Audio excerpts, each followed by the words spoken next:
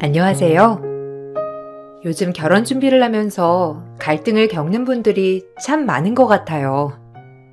사실 결혼하기 위해서 신혼집도 마련해야 하고, 신혼여행부터 결혼식 준비 비용까지 다 생각을 하면 생각보다 많은 비용이 들게 되죠. 그래서 요즘은 모든 비용을 반반 부담하는 경우들도 많아졌는데요. 저 역시 반반 결혼을 한 케이스랍니다. 주변에서는 어떻게 결혼을 하든지 다들 행복하게 잘 산다고 하는데 저는 왜 이렇게 결혼이 힘들었는지 모르겠네요. 이혼한 지 몇 년이 지났는데 아직까지 정신 못 차리고 돌아오라는 남편의 연락을 받을 때마다 그때 기억이 새록새록 떠올라 마음을 굳게 먹고 있답니다. 남편은 제가 너무 독하다는데 여러분들은 어떻게 생각하시는지 의견을 듣고 싶어서 이렇게 글을 써보네요. 결혼 정년기에 만난 남편은 가부장적인 면 하나 없는 깨어있는 사람이었어요. 결혼을 할 때도 자기 주변에서 반반 결혼을 한 사람들이 많다면서 장점을 줄줄 설명했었죠. 저 역시 남편의 말을 듣고선 동의를 했었던 기억이 나요. 현정 씨, 나는 주변에 결혼한 사람들이 다 반반 결혼을 해서 그런가. 나도 그렇게 하는 게 나은 것 같아. 예전이야, 남자가 집해오고 여자가 혼수해오고 그랬지만, 솔직히 그러면서 여자는 시댁에 종속되고 그러는 것도 많았잖아. 이제는 남녀 평등 시대인데, 굳이 시댁에 종속되면서 살 필요가 있어? 우리 엄마도 평생 시집살이 당하면서 얼마나 힘들었는데. 나도 그렇지만 현정 씨가 편하려면 반반 결혼이 낫다고 생각해. 윤석 씨도 그렇게 생각해? 솔직히 나도 반반 결혼하는 거 나쁘지 않다고 생각해. 요즘 시대에 어떻게 남자만 집을 해올 수 있겠어. 어쨌든 모아둔 돈이며 거기다 플러스로 대출도 받아야 할 거고. 남자 혼자 감당하기에는 힘들잖아. 그리고 대부분 맞벌이 하는데 같이 벌면서 갚고 그래야지. 어느 한쪽만 부담하는 건 아닌 것 같아. 윤석 씨 집안에서는 어떻게 생각하셔? 우리 집? 우리 집이야. 워낙 깨어있는 집안이라서 말이야. 옛날에나 뭐 며느리가 집안일 해야 한다 어쩐다 했지. 우리 엄만 하도 시집살이 당해서 그런 거 전혀 없을 거야. 거기다가 반반 결혼했는데 어떻게 시집살이가 있어? 내 주변에서도 보니까 반반 결혼한 집안은 시집살이 뭐 이런 거 하나 없더라고. 명절에도 처가댁 시댁 돌아가면서 가고. 현정 씨도 그게 좋지 않아? 그럼 나야 그렇게 되면 너무 좋지. 어른들 생각은 우리랑 다르니까 윤석 씨는 그렇게 생각하더라도 시댁에서는 그러지 않을 수 있는데 다행이다. 우리는 어느 한쪽에서 부담하지 말고 모든 비용 반반해서 준비하자. 우리 집에서도 그걸 원하실 거야.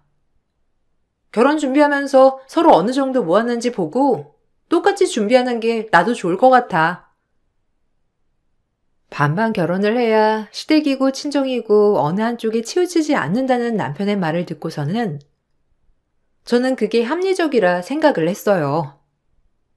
어차피 양쪽 집안 사정은 비등비등했고 저희 역시 월급이 같았으니 저도 별다른 고민 없이 반반 결혼을 하게 되었죠. 결혼을 할 때도 시댁에서는 좋은 며느리 들어왔다면서 다들 좋아하셨고 결혼 준비하면서 다들 한 번씩은 다툰다는데 그 흔한 말다툼 한 번 없이 수월하게 결혼을 했죠.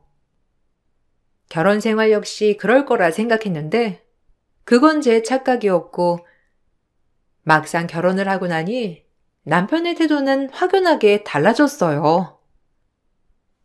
여보, 이번 주말에 우리 집에 갔다 올까? 아무리 그래도 결혼했는데 집에 인사는 가야 하지 않을까 싶어서. 엄마랑 아빠도 당신 보고 싶어 하고. 저번에 전화했는데 당신 전화 안 받았다며.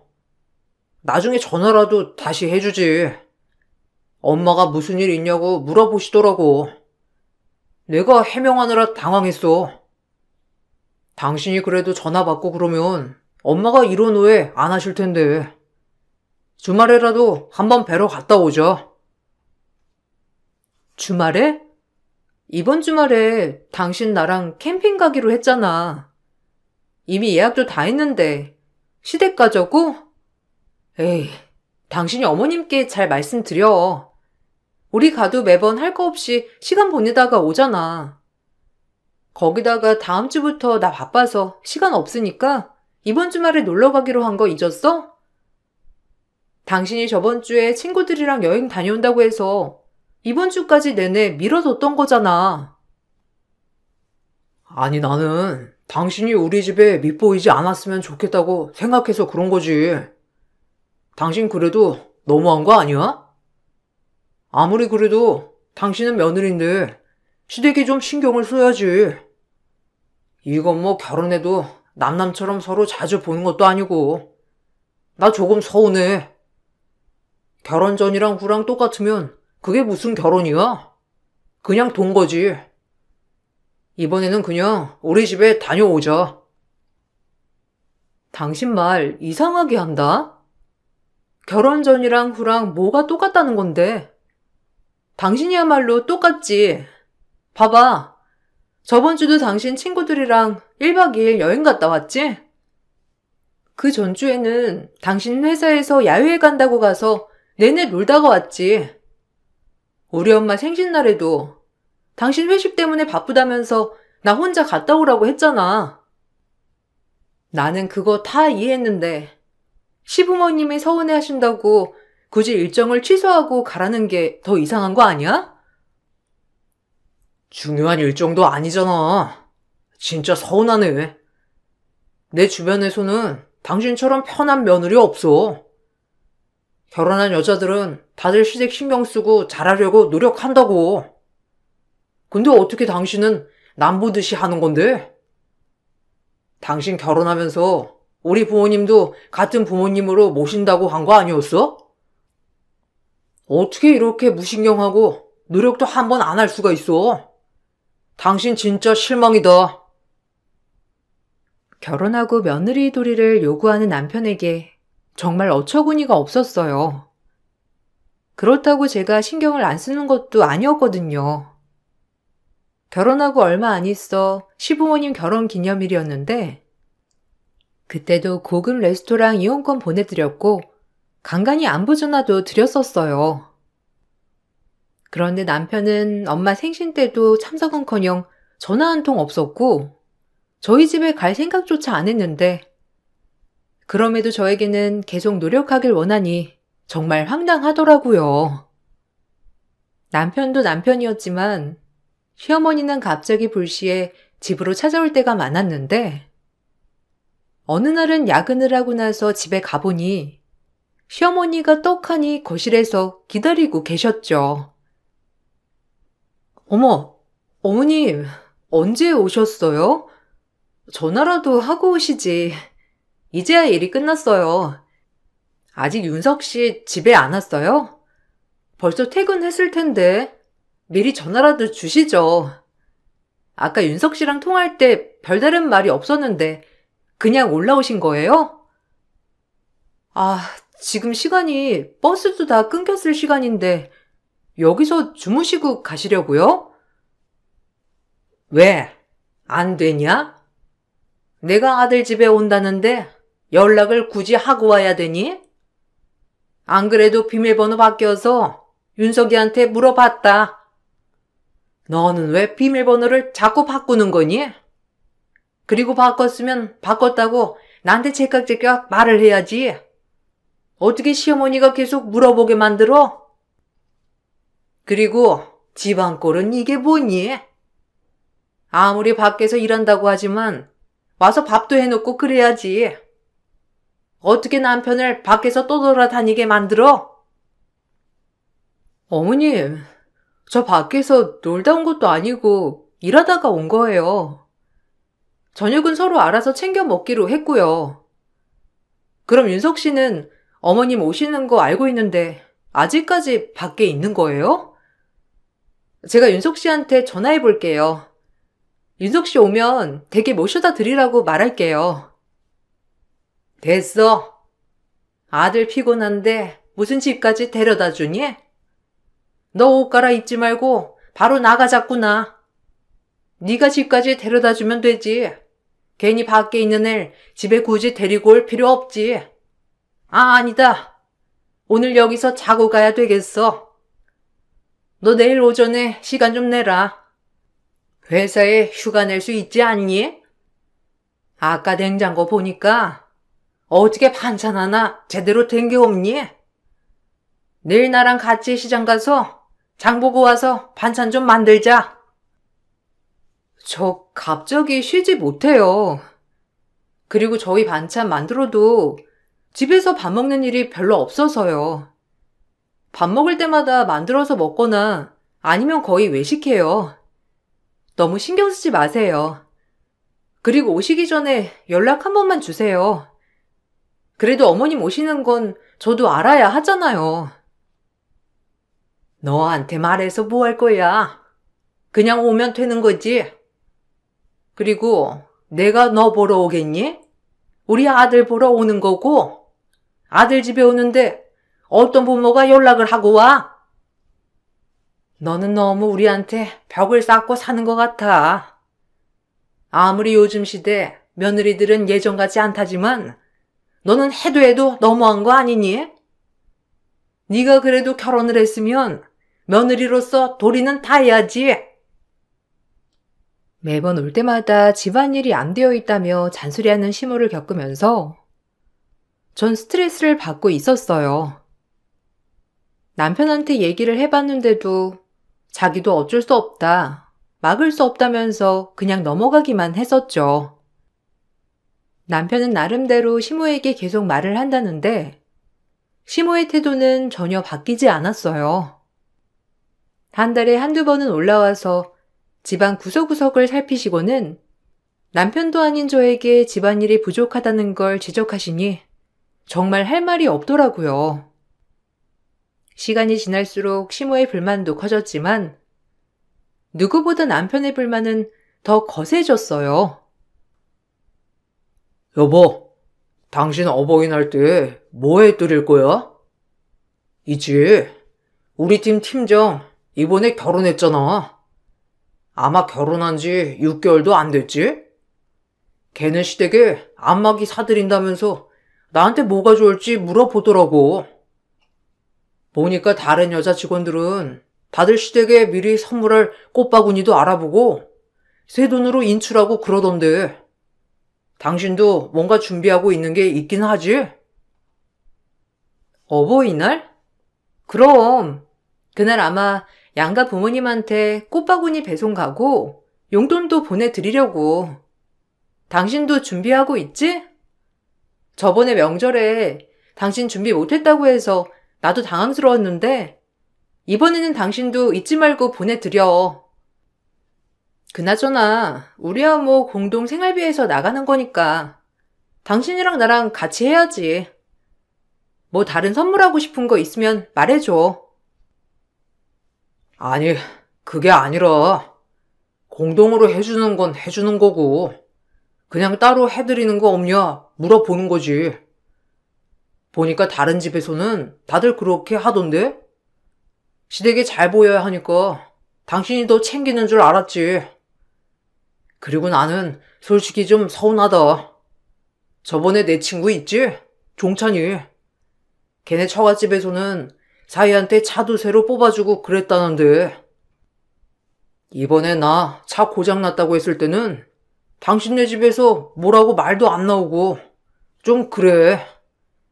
처갓집은 약간 딸 팔고서 끝난 느낌이야. 뭐? 지금 무슨 소리를 하는 거야? 당신 차 고장난 걸 왜 우리 집에서 뭘 기대해? 차 운행한 지 3년밖에 안 됐는데 새 차는 못 말이고.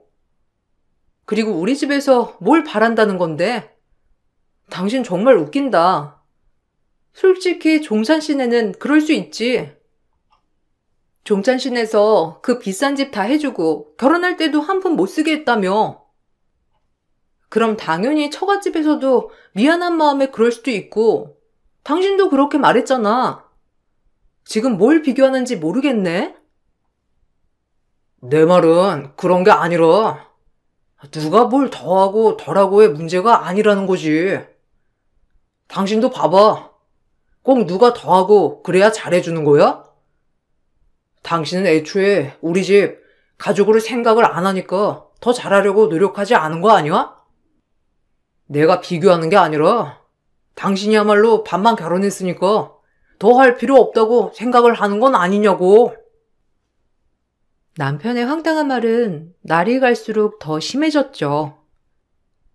매번 저에게 반반 결혼을 해서 더 당당한 것 같다며 비꼬았지만 실상 남편은 우리 집에 잘하는 것도 없으면서 마치 거대한 걸 해준 것 마냥 바라기만 했고 시댁 역시 저에게 뭔가도 해준 것도 없으면서 제가 부족하게 해온 것 마냥 부족한 며느리 취급을 했어요. 황당한 상황은 이걸로 끝이 난 건 아니었는데 10년 넘게 다니고 있던 회사에서 사정이 갑자기 나빠지면서 실직을 하게 되었어요. 실직 후 남편은 웬일로 저를 위로해 주는 듯 했는데 생활비를 지출하는 날이 되자 남편은 당연히 생활비를 입금하라고 하더라고요.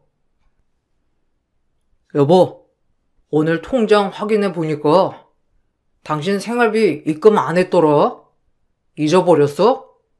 오늘 생활비 내는 날이야. 잊지 말고 입금해야지. 내가 며칠 좀 기다려볼까 하다가 당신 저번 달까지는 잘 낸 것 같아서 말해주려고. 얼른 이체해. 오늘 여기저기 나갈 곳도 많잖아. 보니까 내가 넣어둔 돈에서 다 나갔던데. 알았어. 나도 깜빡했네. 당신 근데 조금만 시간을 주면 안 될까? 아직 회사에서 정산한 월급이 안 나왔어. 내가 말했잖아. 회사 사정이 별로 좋지 않아가지고 월급이 늦춰질 수 있다고. 그나마 금방 넣어준다고 해서 다행이지. 오늘 생활비 넣기는 좀 힘들 것 같아. 일주일만 좀 시간을 주면 안 되겠어? 내가 금방 넣을게. 그게 무슨 소리야? 생활비는 제 시간에 제때 넣어야지. 약속한 거 잊었어? 이렇게 되면 우리 생활비 나 혼자 부담하는 거 아니야? 당신 아무리 실직을 했다곤 하지만 뒷감당은 생각을 하고 그만뒀어야지. 설마 당신 다른 개념 없는 여자들처럼 남편 혼자 돈 벌어오는 거에 먹고 놀고 그러려고 하는 거 아니지? 난 그런 거라면 진짜 용납 못해. 뭐? 아니 내가 그만두고 싶어서 그만둔 것도 아닌데 당신 어떻게 그렇게 말할 수가 있어? 당신 내가 회사에 왜 나오게 됐는지 뻔히 알잖아. 그리고 생활비 안 내겠다는 것도 아니고 조금만 시간을 달라는 건데 어떻게 그럴 수가 있어? 당신 혼자 돈 벌게 할 것도 아니고 나도 취업 자리 계속 알아보고 있으니까 외벌이 할 거라고 걱정할 필요 없어. 그걸 어떻게 장담을 해? 당신 지금도 생활비 제대로 안 내고 있는데. 솔직히 말해서 당신 생활비 낼 생각이었으면 애초에 저축이라도 깨서 내야 하는 거 아니야? 아니면 당신 친정에라도 부탁해서 내야지. 나였으면 그랬어. 어떻게 계획도 안 세우고 무작정 뭉갤 생각이었어? 당신 진짜 실망이야. 오늘 생활비 내는 날이니까 어떻게든 내. 상황을 뻔히 알면서도 냉정하게 말하는 남편이 너무나 야속했어요. 안 좋은 일은 항상 연속해서 일어난다고 제가 실직을 했을 때 오빠가 사고로 갑작스럽게 세상을 떠나게 되었어요. 친정 식구들은 모두 정신을 차릴 수 없을 정도로 힘이 들어했죠. 어린 조카들을 홀로 키울 올케 언니에게 조금이나마 보탬이 되어주고 싶었지만 당장 보낼 수 있는 자금이 없었어요. 그래서 남편에게 부의금 200을 부탁하게 되었죠. 여보, 오는 길에 200만 원만 좀 빌려줄 수 있어? 올케 언니한테 그냥 주려고 하니까 안 받을 것 같아서. 그래도 올케 언니 힘들고 그런데 조금이나마 보탬이 되는 게 어떨까 싶은데. 지금 당장 내가 줄 수 있지 않아서 그런데 당신이 좀 빌려주면 안 될까? 나중에 내가 취업하면 금방 줄 테니까 이번에만 좀 빌려줘. 200만 원이 누구 껌값인 줄 알아? 그리고 무슨 가족성에 부의금을 내. 어차피 형님 보험도 빵빵하고 사업하던 것도 잘 되고 있었는데 뭐가 어렵겠어. 어려우면 내가 더 어렵지. 와이프는 직장도 때려치우고 집에서 놀고 먹고 하고 있는데 따지고 보면 우리가 더 어려워. 근데 무슨 200만 원이야? 그럴 만한 돈도 없지만 그러고 싶지도 않아. 왜 우리가 돈이 없어? 생활비 통장에서 따로 가족 지출 비용으로 모으고 있었던 돈 있잖아. 거기서 조금만 빌려서 쓰자. 내가 그냥 쓰자고 하는 것도 아니고 좀 빌려달라는 건데 안 되겠어? 올케 언니가 앞으로 혼자 조카도 키워야 하고 그런데 어떻게 아무것도 안 도와줘. 내가 지금 정신이 없어서 다른 곳에 부탁할 수가 없어서 그래. 야, 너 진짜 뻔뻔하다. 생활비도 제대로 못 내는 게 어떻게 200만 원을 턱턱 뽑아서 주라고 뻔뻔하게 얘기하냐? 그러지 말고 너 이제 실업급여 나온다며. 거기서 주면 되겠네. 네 실업급여로 내. 아직 나오지도 않은 실업급여로 부의금을 주라는 남편의 말을 듣고선 그동안 나는 어떤 사람과 살아왔던 것인가 회의감이 밀려왔어요. 오빠의 장례가 끝이 나고 올케 언니와 상의한 끝에 오빠가 운영하고 있던 사업장을 그대로 제가 운영하게 되었죠. 제가 같은 직종에서 일을 하기도 해서 그게 맞다며 저에게 넘겨줬고 전 그렇게 오빠가 하던 사업을 받아 죽기 살기로 일을 시작했습니다. 남편은 그런 저를 코웃음 쳤고 시댁에서도 쓸데없는 일을 한다며 죽은 오빠 사업장을 재수없게 맡았다며 저에게 막말도 퍼부으셨어요. 그 말을 듣고선 더 오기로 열심히 일을 했고 사업은 6개월도 안 돼서 점점 더 번창했습니다. 제 사업이 잘 되니 남편은 본인도 사업을 해보겠다며 퇴직을 하더라고요. 당신 요즘 얼굴 보기 힘드네. 역시 사업 운영하는 게 쉽지 않지? 평생 회사 밥만 먹고 살다가 갑자기 사업하면 그게 잘 되겠어? 뭐하니? 그래도 남아있던 거래처가 있던 모양인데 더 망치기 전에 얼른 접어. 취업 알아보고 일해야지. 아, 나 직장 그만두고 사업하려고. 엄마도 나 사업하는 게 낫다면서 적극 도와주시기로 했어. 누구처럼 죽은 사장 사업 물려받는 게 아니라. 뭐? 지금 그게 무슨 소리야? 당신 갑자기 사업한다는 게 무슨 말이냐고. 아무리 그래도 나한테 말은 해야 하는 거 아니야? 지금 당장 그만두면 어쩔 건데. 당신 퇴직하면서 퇴직금이랑 이런 거 혹시 사업하느라 다 투자한 건 아니지? 아, 그거야 뭐. 내가 알아서 쓸 거니까 당신이 상관할 바는 아니고. 솔직히 당신 사업한다고 하면서 아내로서 며느리로서 뭐 제대로 한 거 없지만 내가 다 이해해 줬잖아? 그러면 당신도 내 퇴직금에 털끝 하나라도 될 생각 안 해야 하는 게 맞지.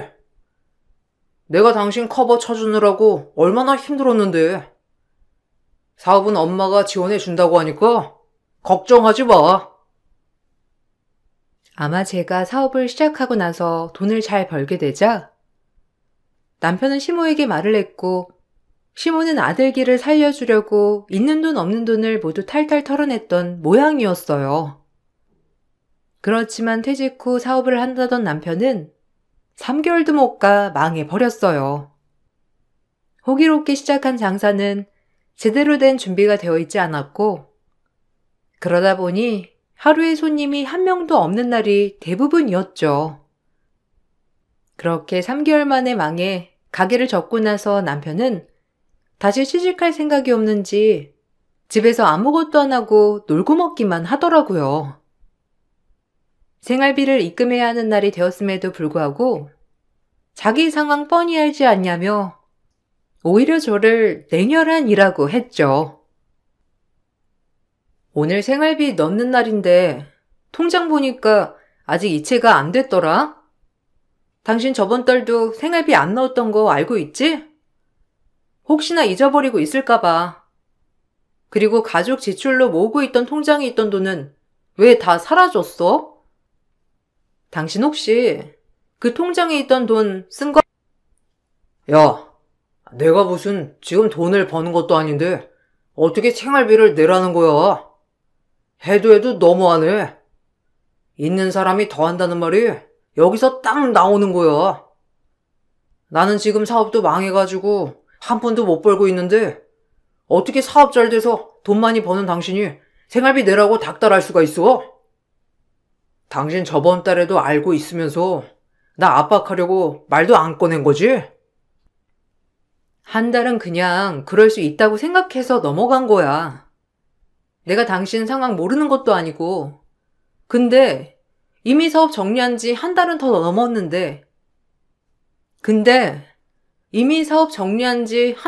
넘었는데. 취업할 생각도 안 하고 그대로 있으니까 물어보는 거라고. 그리고 일을 안 할 거면 당신 집안일이라도 좀 해야 하는 거 아니야? 빨래고 설거지고 한 번을 손도 안 댔는데 내가 지금 말을 안 하게 생겼어? 그래, 너는 돈 많이 번다 이거지? 어차피 그 사업 당신이 애초에 시작한 것도 아니고 형님이 읽어낸 거 당신이 그대로 운영하는 것뿐이잖아. 나도 그랬음 지금처럼 이렇게 망하진 않았겠지. 당신은 시기와 타이밍이 좋았던 거야. 능력에 비해서 과분하게 벌고 있으니까 지금에 감사해. 어쨌든 지금 당장 생활비는 못 줘. 그냥 돈 많이 버는 당신이 다 내면 되겠네. 제가 생활비를 못 냈을 때는 하루도 안 가고 독촉하던 남편이었지만 본인의 상황이 되니 뻔뻔하게 나오기 시작했죠. 그 모습을 보면서 정말 없던 정도 모두 다 털리는 느낌이었고, 그러던 중 시모가 갑작스레 사고로 다치게 되었어요.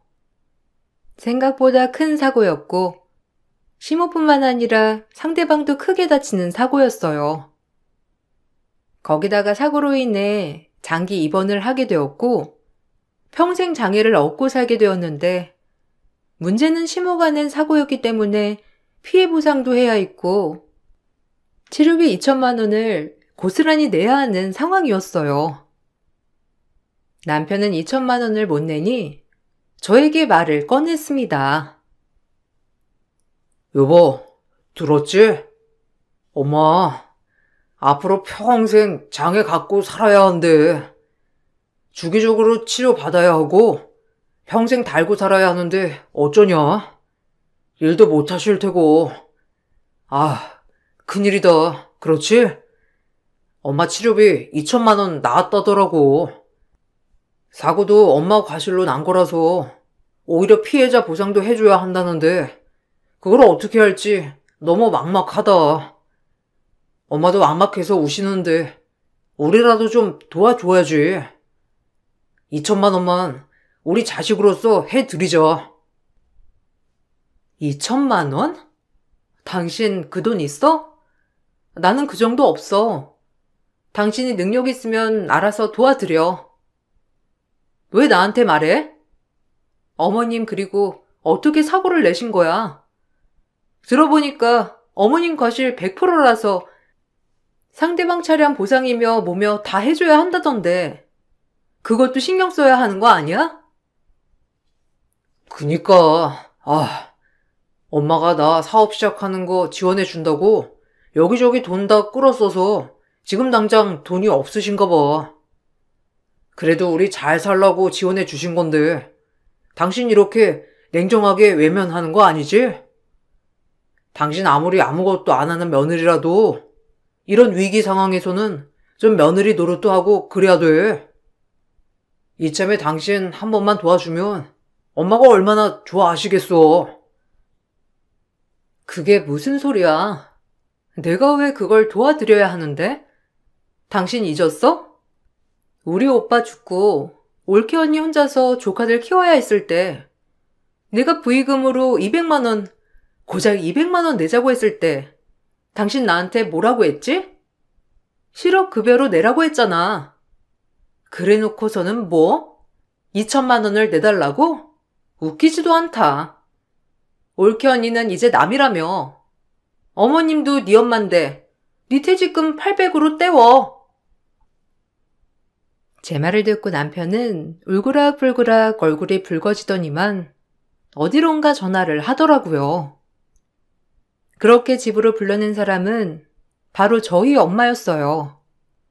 엄마가 집에 도착을 하고서 남편이 하는 얘기를 들어보니 더욱 가관이었습니다.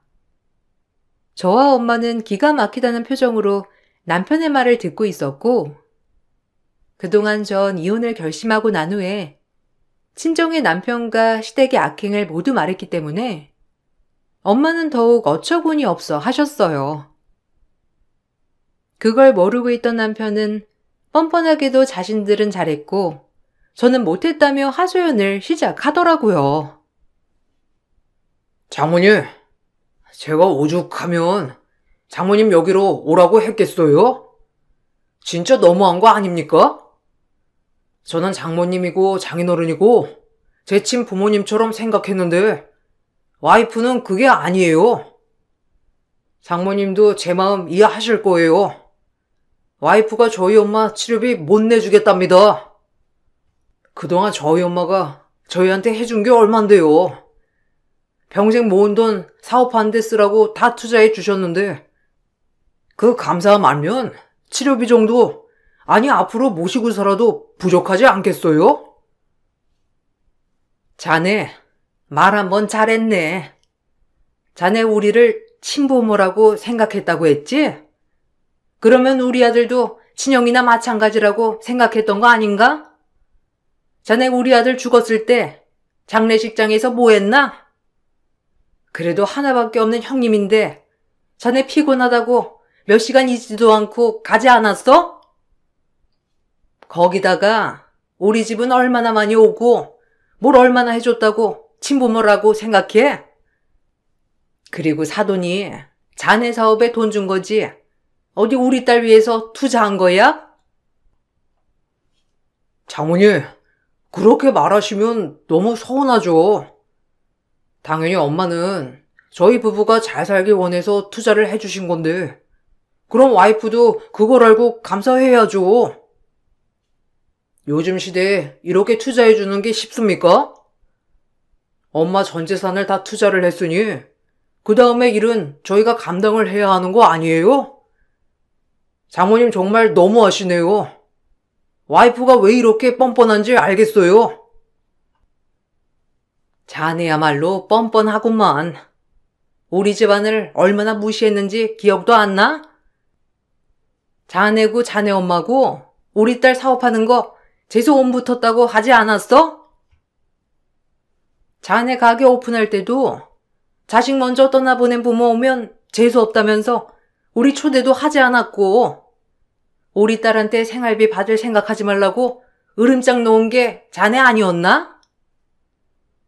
그동안 그래도 하나밖에 없는 딸 남편이니 사이라고 봐줬건만 이젠 도저히 안 되겠네. 그날 이후로 저는 남편에게 이혼을 청구했는데 당연히 남편은 제 이혼 청구를 받아들이지 않았고 불복했죠. 남편은 오히려 제가 시모에게 정없이 대하고 며느리 도리를 다하지 않았다며 저에게 유책 사유가 있다고 했어요. 그렇지만 전 오빠가 떠난 이후 차곡차곡 이혼을 준비하고 있었습니다.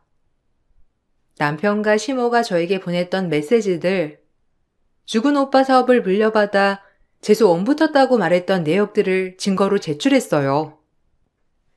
그렇게 남편에게 유책 사유가 있는 것으로 판결이 되었고, 전 위자료를 받고 이혼을 하게 되었습니다.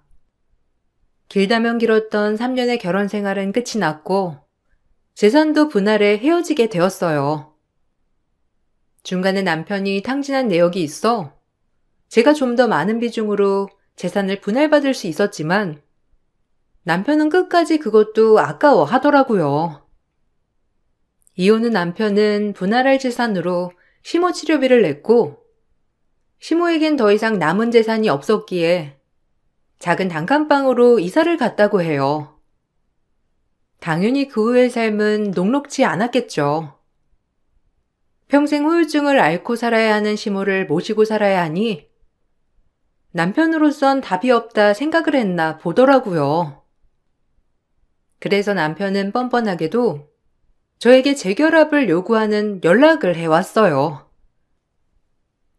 여보, 아직 화 안 풀렸어? 당신 한 번 삐지면 오래 가잖아. 내가 그거 알고 있지. 내가 엄마가 아파서 좀 예민했어. 그건 미안해.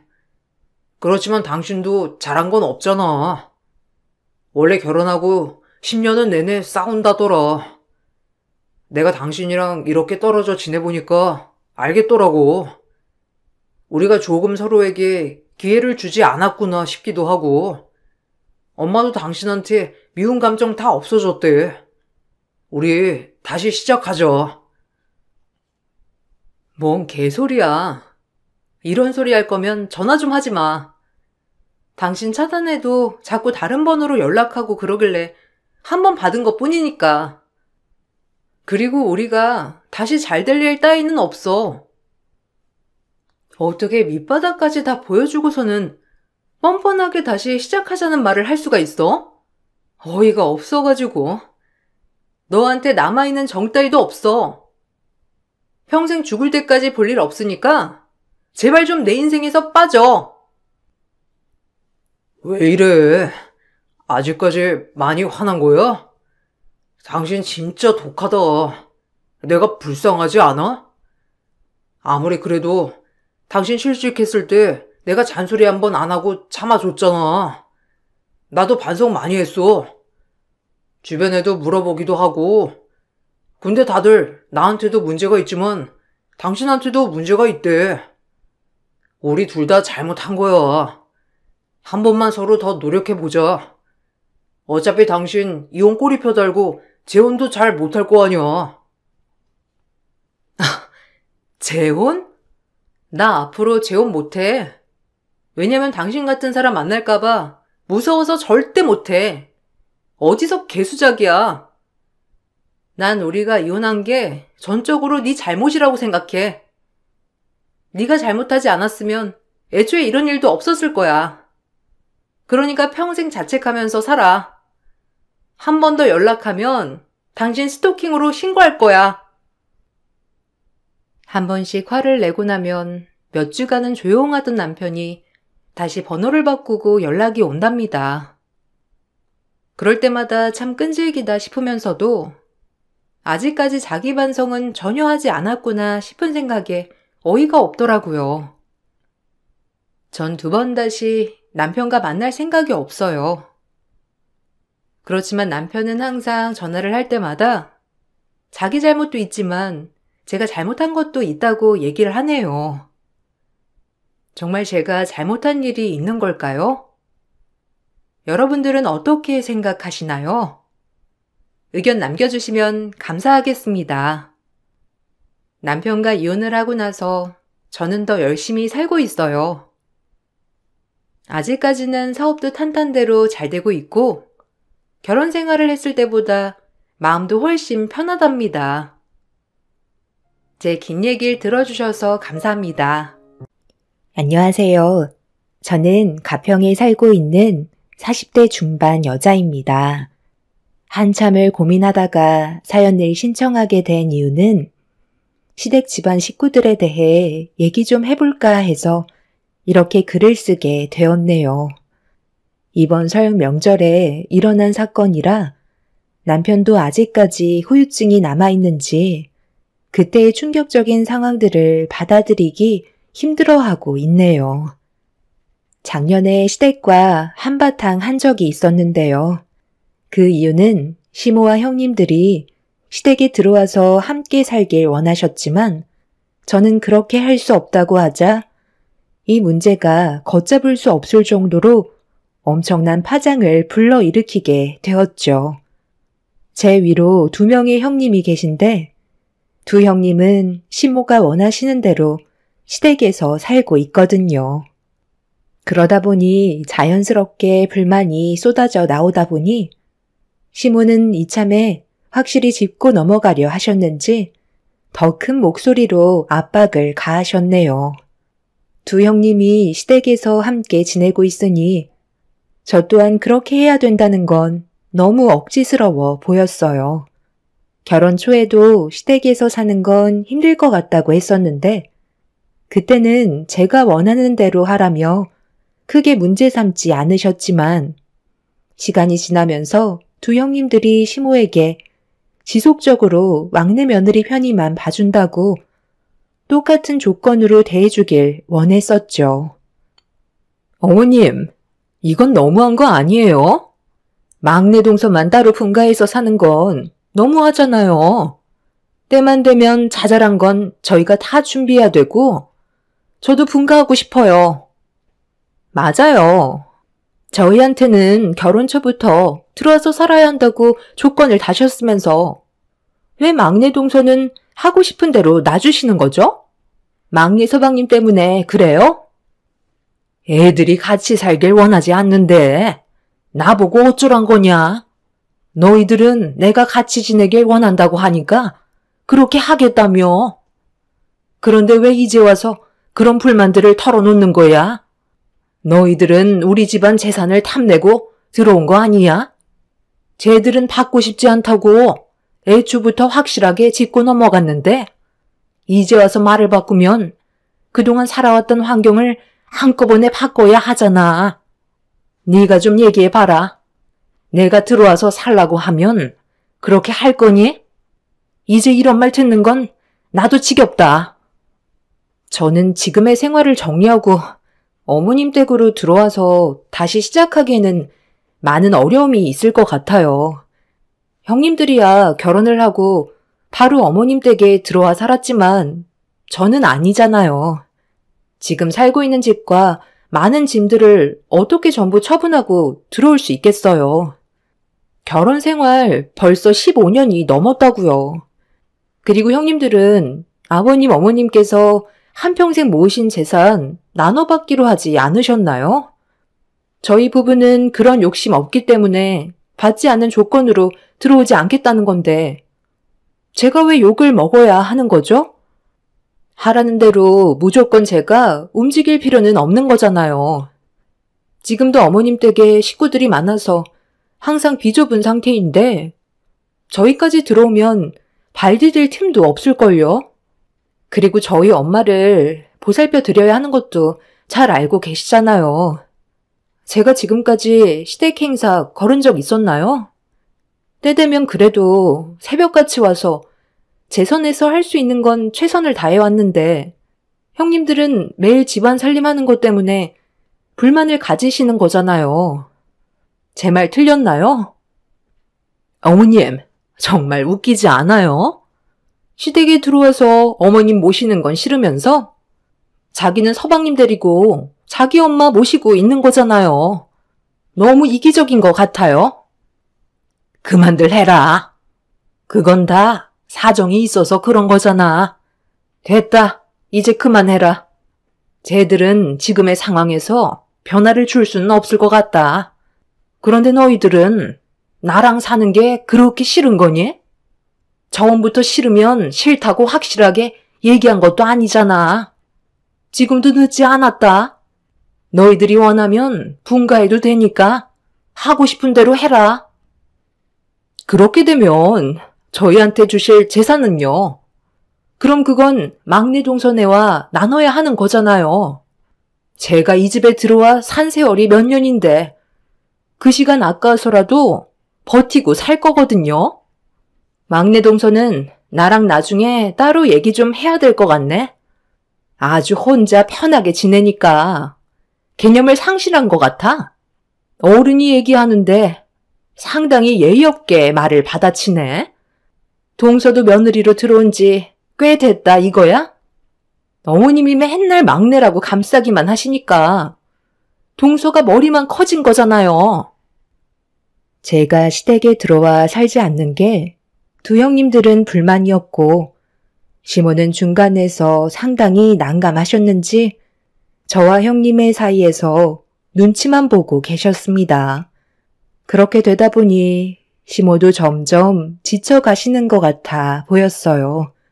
저한테 재산을 나눠주는 건 싫으면서 모임이 있을 때만 시댁에 찾아오는 건 또 보고 싶지 않았던 것 같았네요. 저는 형님들의 불만을 이해할 수가 없었어요.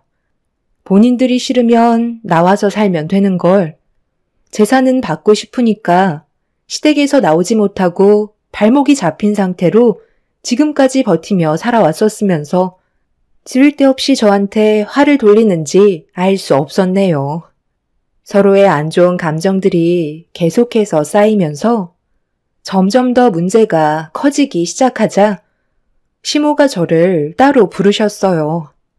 그리곤 앞으로 어떻게 하면 좋을지 형님과 저와의 관계를 좋게 풀 수 있는 방법에 대해 진지하게 의논을 하게 되었죠. 무슨 얘기 하시는지 충분히 이해하는데요. 그렇다고 저희 엄마를 요양원에 모시면서까지 어머님 댁에 들어와 살 수는 없어요. 꼭 이렇게까지 해야겠어요? 나도 너한테 이런 말 꺼내는 게 쉽진 않지만 지금 집안 돌아가는 상황을 봐라. 내가 그러지 말라고 몇 번이나 화를 내고 너희 사정을 얘기했는데 이거 봐봐라. 달라지는 건 하나도 없잖니. 그렇다고 너를 우리 집에 오지 말라고 할 수도 없는 노릇이니. 내 속은 얼마나 답답한지 잘 알겠지? 사돈은 좀 어떠시니? 어머님 마음 충분히 이해하고 있어요. 하지만 저희 그동안 살아왔던 생활을 버리면서까지 들어와 사는 건 문제가 있다고 생각해요. 나중에 제가 형님들이랑 따로 얘기해서 좋게 풀어보도록 할게요. 그리고 저희 엄마는 귀만 안 들리시지? 아직 건강 상태는 양호하신 편이세요. 그럼 저는 형님들 일손 도우러 나가볼게요. 시모와 대화를 나누고 있는데도 두 형님들은 계속해서 투덜거리는 목소리가 밖에까지 들려오고 있었어요. 시모도 형님들 눈치를 보느라 스트레스가 상당히 많은 것 같아 보였습니다. 그렇게 주방에서 저에 대한 불만을 표현하면서 저녁 식사를 준비 중이었던 형님들 사이로 저도 일손을 거들었는데 형님들이 저와 할 말이 있다며 음식을 준비하다 말고 밖으로 불렀고 좋게 대화로 풀어나가려 했지만 형님들의 압박은 결국 제 성격을 건들고 말았습니다. 가족은 원래 함께 하는 거 아니야? 15년 동안 분가했으면 된 거지. 언제까지 우리가 동서 편의를 봐줘야 하는 건데? 귀가 안 들리는 동선의 어머님 모시고 살면 서방님만 힘든 거 아니야? 내가 봤을 때 우리보다 동서가 훨씬 더 이기적인 것 같아. 자기 하고 싶은 대로만 살고 있잖아. 우리는 뭐 이렇게 살고 싶어서 어머님 댁에 눌러붙어 사는지 알아? 동선의 어머님 이제 그만 요양원에 보내드리고 동서도 시댁에 들어와서 농사일 같이 도왔으면 좋겠어. 아직도 일손이 부족해서 외국인 일꾼 쓰는 거 잘 알고 있지? 방도 남는데 놀리는 것보다 동서가 채워주면 가족끼리 화목하게 살아갈 수 있지 않겠어? 너무 오랜 시간 단독 생활해서 감을 잃었나 본데 집안 어른이 좋게 얘기할 때 들어야 하는 거야. 사람은 누구나 한계라는 게 있는 거고 그 이상으로 넘어가게 되면 그땐 이미 후회도 늦어버리는 거라고. 올해 안에 무조건 들어올 준비했으면 좋겠어. 집은 살림 꾸리며 사는 게 힘든 거지. 처분하는 건 금방 하잖아? 동서는 그냥 옷가지만 챙겨서 몸뚱이만 들어오면 된다고. 재산은 당연히 15년간 따로 살았으니까 그 기간만큼은 제외하고 받으면 될 것 같네. 그렇게 해줄 수 있지?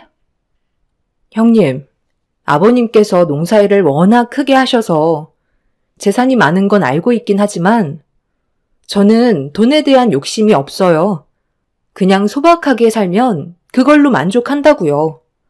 빚 없이 버는 돈으로 내 가정 잘 꾸려가면 되는 거지. 그 많은 돈 받아서 뭐 하게요. 그리고 아버님, 어머님이 세상을 떠나셔야 재산을 받을 수 있는 거잖아요. 그때가 언제인지 아직까지 정해진 것도 아닌데 제가 들어와 살 이유는 없는 거죠. 저 혼자 편해 보여서 계속 강요하고 계신 것 같은데 밖에서 사회생활 하는 것도 쉬운 건 아니에요. 어머님이 형님들 눈치 보며 살고 계시지. 형님들이 어머님 눈치 보며 사는 건 아니니까 사회생활 하는 것보다는 편하잖아요?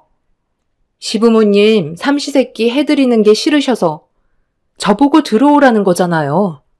형님들도 성격 정말 많이 변한 거 알아요? 예전에는 그래도 아버님, 어머님 목소리면 조용히 받아들이시더니 이제는 머리 위에 군림해서 휘어잡으려 하시잖아요. 남이 보면 아버님이랑 어머님이 이 집에 얹혀 살고 계신 줄 알겠어요. 어머, 참. 동서, 지금 말 다 했어? 끝까지 고집 부리겠다는 거야? 형님, 제가 이래서 대화가 안 통할 거라고 얘기했잖아요. 동서가 차라리 안 오는 게 훨씬 낫겠다. 둘째 형님은 갑자기 제 어깨를 손으로 밀치기 시작하면서 상황을 악화시켜 나갔어요. 제 어깨를 계속 밀치는 형님의 손을 쳐내자 첫째 형님이 버럭 화를 내면서 둘째 형님한테 대들었다고 같이 저를 밀쳐댔고 결국 저항하려 했던 게 몸싸움으로 번지게 되었네요.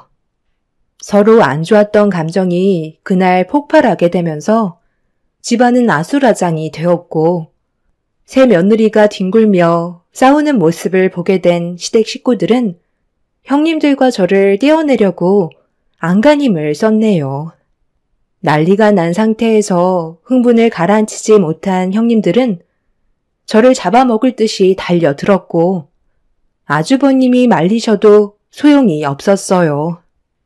결국 인내심의 한계를 느끼신 시모는 버럭 화를 내시면서 저에게 모든 걸 정리하고 시댁에 들어오라는 충격적인 말을 꺼내셨습니다. 형님들 편을 들어준다는 게 너무 서운했던 저는 결국 눈물을 쏟아내고 말았네요. 너 그냥 들어와서 살아라.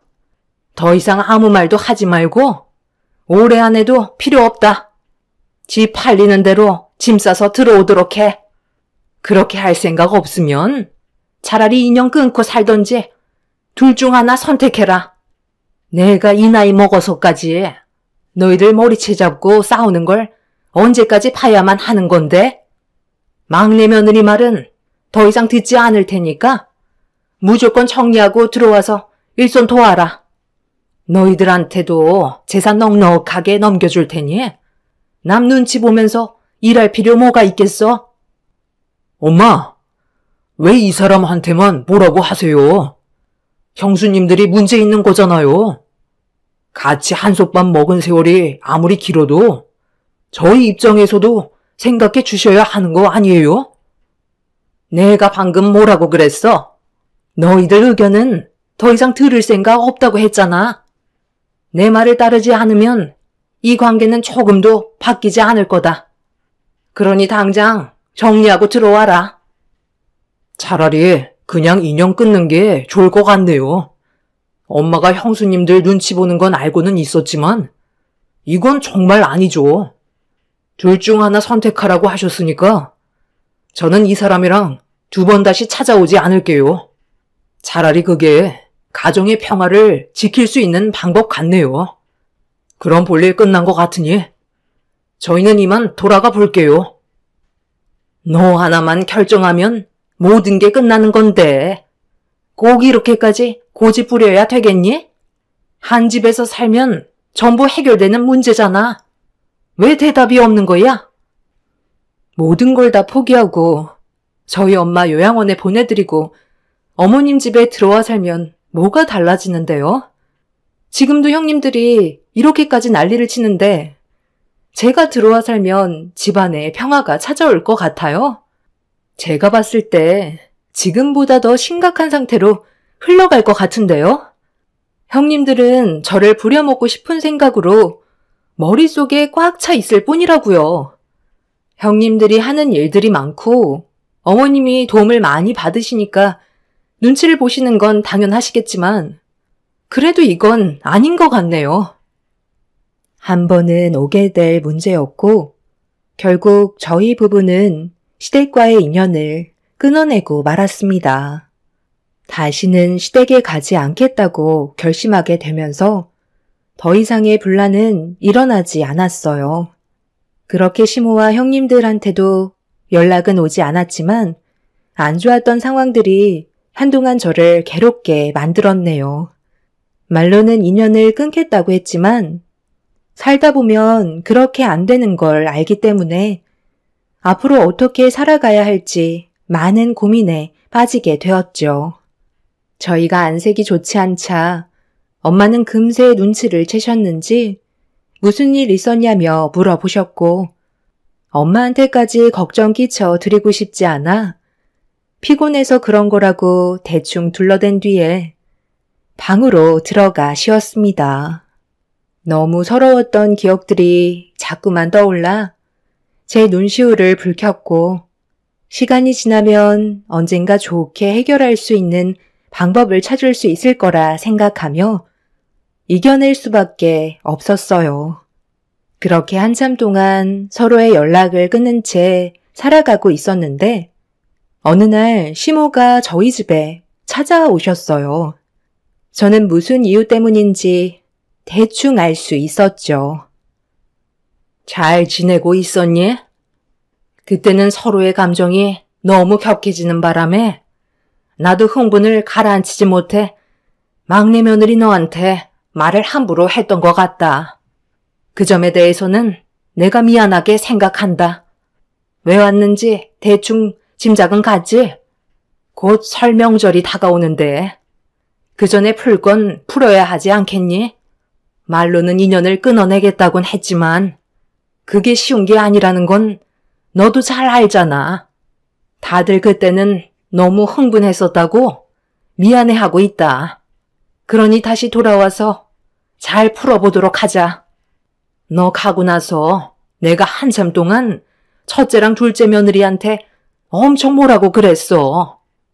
그리고 계속 이런 식으로 하면 재산이고 뭐고 국물도 없을 줄 알라고 하니까 그제서야 입 꾹 닫고 잘못을 인정하더라. 마지막으로 한 번만 더 이런 일이 생긴다면 걔들도 내 집에서 싹 다 쳐낼 생각이니까 너도 서운했던 건 싹 다 잊고 좋은 방향 쪽으로 해결을 보도록 하자. 시애미 부탁 들어줄 수 있는 거지? 오래간만에 너희 집에 왔는데 사돈이랑 대화 좀 하다 가야 되겠다. 사돈, 잘 지내고 계셨어요? 시모는 설 명절에 저희 부부와 엄마가 시댁에 함께 와주길 바라고 계셨어요. 하지만 저는 시모의 물음에 바로 답을 해드릴 수가 없었습니다. 아직 퇴근하지 않은 남편과 진지하게 대화를 해본 뒤에 답을 드리겠다며 최대한 신중하게 결정하려고 했네요. 그만큼 두 형님들이 가지고 있는 생각을 제가 알지 못하기 때문에 모든 게 조심스러웠어요.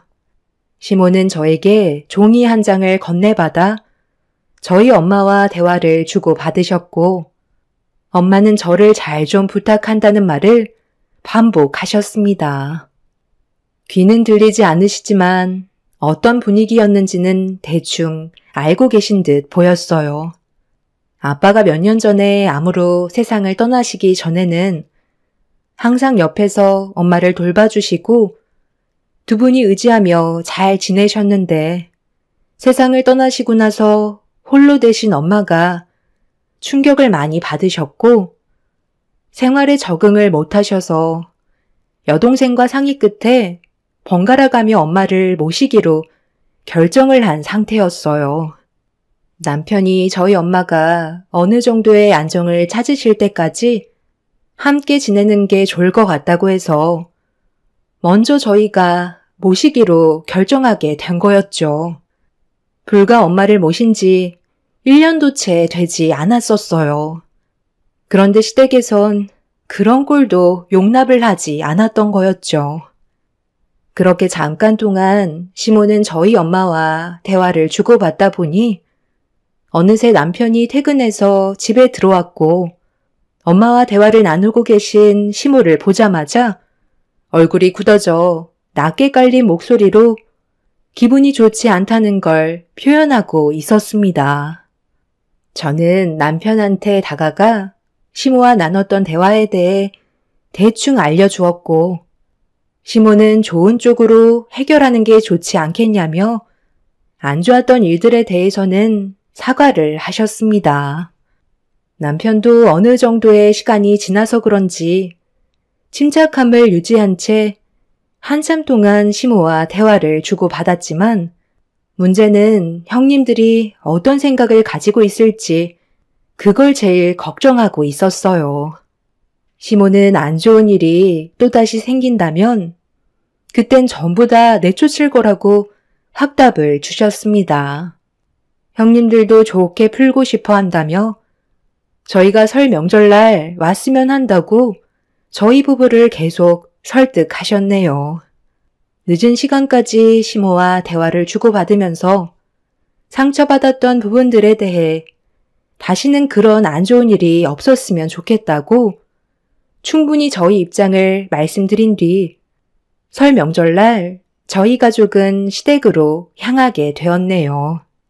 다들 웃는 얼굴로 반겨주셨지만 서로가 받았던 상처들 때문에 그런지 조심하려는 행동들 때문에 조금은 어색했어요.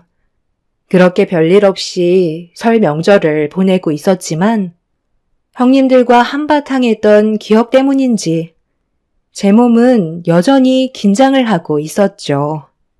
이런 어색한 분위기를 깨는 데에는 술이 제격이라며 큰형님이 당금주를 꺼내왔고 모두들 술에 의지한 채 어색한 관계를 풀어나가고 있었습니다. 두 형님들은 저에게 했던 행동들에 대해 많이 뉘우치고 있다며 윗사람으로서 넓은 마음으로 저희 입장을 생각해주지 않았다며 다음부터는 이런 일은 절대 일어나지 않을 거라고 앞으로 서로 웃으면서 지내자는 말에 저 또한 그걸 원하고 있다는 말로 답을 해주었네요. 그동안 시댁 집안의 며느리로 살면서 만날 때마다 안 좋은 소리를 들었었는데 그날만큼은 형님들도 좋은 말을 아끼지 않았고 그렇게 분위기 좋게 하루를 마무리할 수 있었어요. 그런데 다음날 아침에 저희 가족에게 예상치 못한 충격적인 일이 다가오고 말았네요. 아침이 밝아오고 눈을 떴을 때 두 형님과 시모는 아침상을 준비하고 계셨고 저도 서둘러 일손을 돕기 시작했어요. 그런데 엄마가 보이지 않아서 시모에게 여쭤보니 잘 모르겠다며 동네 한 바퀴 돌고 계신 거 아니냐고 크게 신경 쓰지 않길래 시모의 말대로 아침 공기 쐬러 잠깐 집 앞에 나가 계신 줄 알았습니다. 창밖을 쳐다보니 엄마가 안 보이시길래 형님들에게 양해를 구하고 엄마를 찾으러 나갔어요. 귀가 안 들리시기 때문에 멀리 가는 건 위험해질 수 있는 상황이었죠. 그런데 집 주변을 아무리 돌아봐도 엄마가 보이지 않더라고요. 전화를 해봤지만 역시나 받지 않으셔서 저는 점점 불안해지고 있었죠.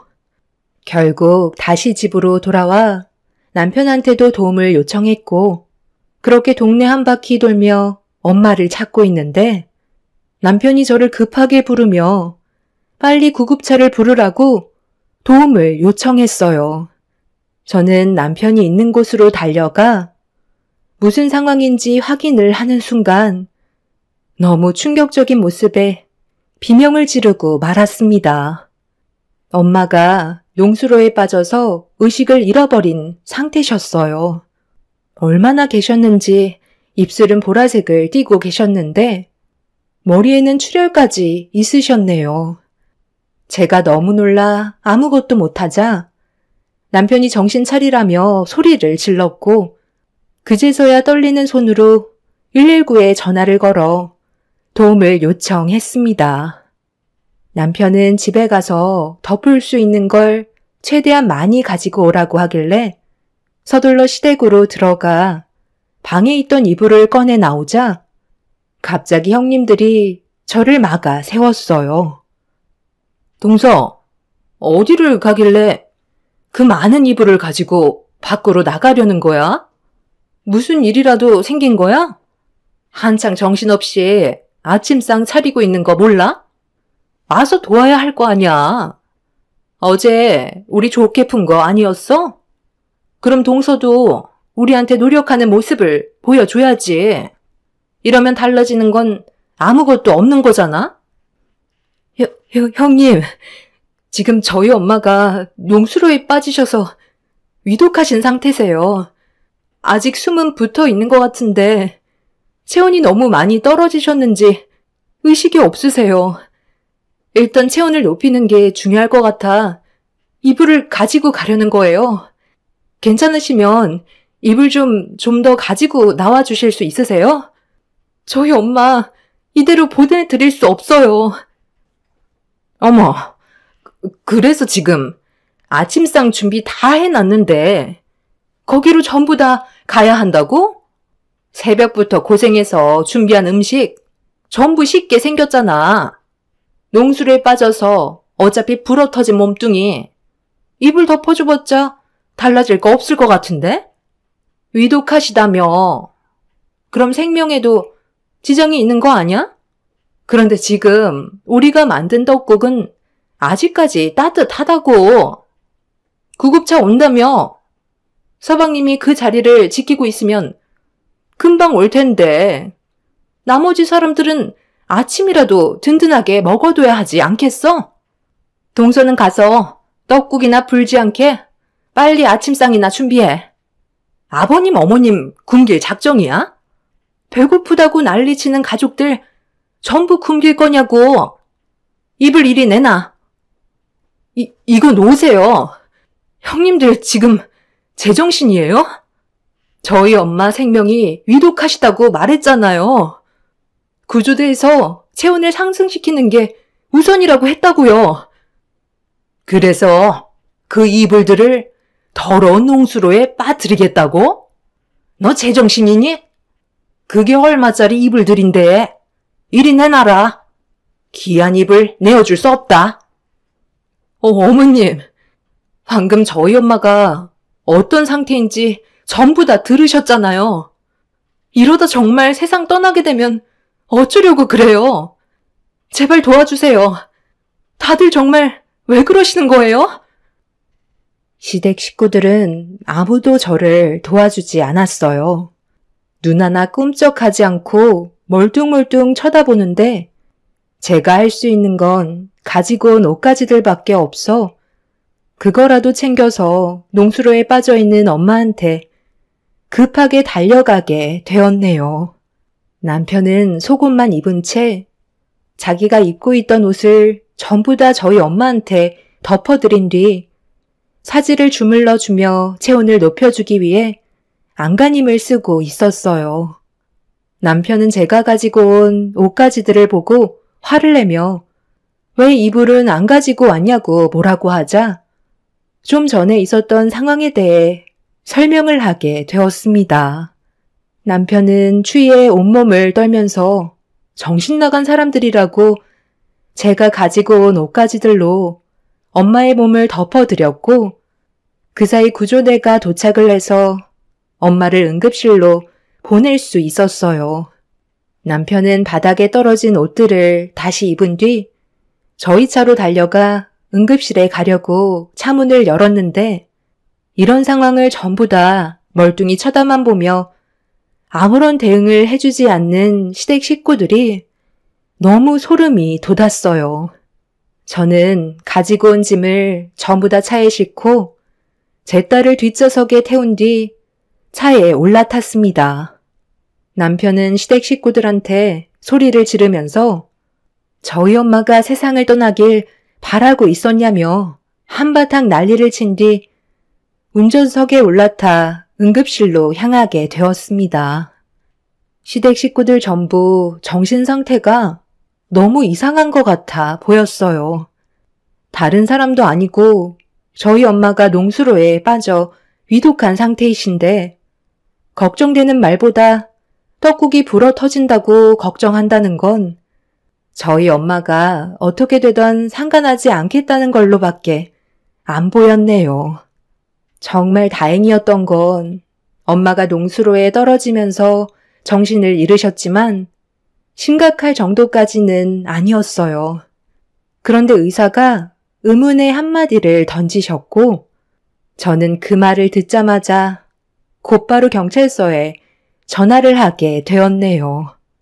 엄마가 발을 헛디뎌 농수로에 빠진 게 아닌 교통사고가 난 것 같다는 충격적인 말이었어요.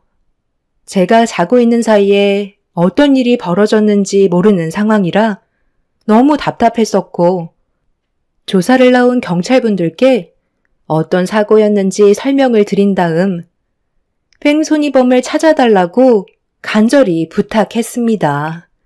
경찰분들은 수사를 위해 시댁으로 향하는 사이 남편과 저는 엄마가 깨어나길 간절히 바라고 있었습니다. 엄마가 모든 사실을 알고 있을 것만 같았어요. 그렇게 어느 정도 시간이 지나고 엄마가 정신을 차리셨는지 천천히 손가락을 움직이시는 모습을 확인할 수 있었네요.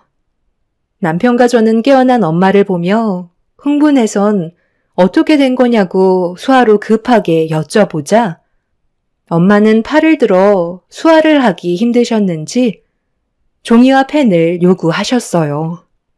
저는 급하게 건네드렸고 엄마는 힘겹게 무언가를 작성하신 뒤 남편한테 건네주셨습니다. 남편은 엄마가 작성하신 편지의 내용을 확인하자마자 손을 덜덜 떨면서 분노를 삭히지 못한 채 시댁으로 가야겠다며 저에게 편지의 내용을 보여주었고 엄마가 작성한 내용을 보자마자 경악을 하고 말았네요. 그렇게 저희 부부는 서둘러 시댁을 찾아가 조사를 받고 있는 시댁 식구들 앞으로 걸어갔습니다. 저희를 본 시댁 식구들의 안색은 상당히 안 좋아졌고 남편은 엄마의 친필 편지를 들고 시모와 두 형님을 범인으로 지목했네요. 엄마가 작성하신 편지의 내용에는 아침 공기를 마시려고 잠깐 외출한 사이 뒤에서 어떤 차량이 엄마를 들이받쳤고 차에서 내려 엄마의 몸 상태를 살핀 사람은 다름 아닌 두 형님과 시모였어요. 시모와 두 형님이 엄마를 보면서 했던 말은 기머거리 엄마 때문에 이런 불화가 생겼다면서 존재 자체가 사라지길 바라는 마음에 트럭으로 사고를 유발해 농수로에 빠뜨린 거였다고 종이에 자신들이 하고 싶은 말을 적어 보여줬었다는 충격적인 내용이 담긴 편지였죠. 경찰들은 시댁 식구들을 그 자리에서 움직이지 말라며 저희 부부에게 집안 수색을 요청했어요. 수색 영장 없이는 함부로 남의 집에 들어갈 수 없는 상황이라 저희가 집안을 뒤졌고 잠시 뒤 쓰레기통을 뒤진 남편이 구겨진 한 장의 종이를 펼쳐보게 되면서 집안은 난리가 나고 말았네요. 저희 엄마가 작성하셨던 편지의 내용이 전부 다 사실이었던 겁니다. 결국 시모와 두영님은 경찰서로 연행이 되었고 자신들의 행동에 대해 전부 자백을 하게 되었네요.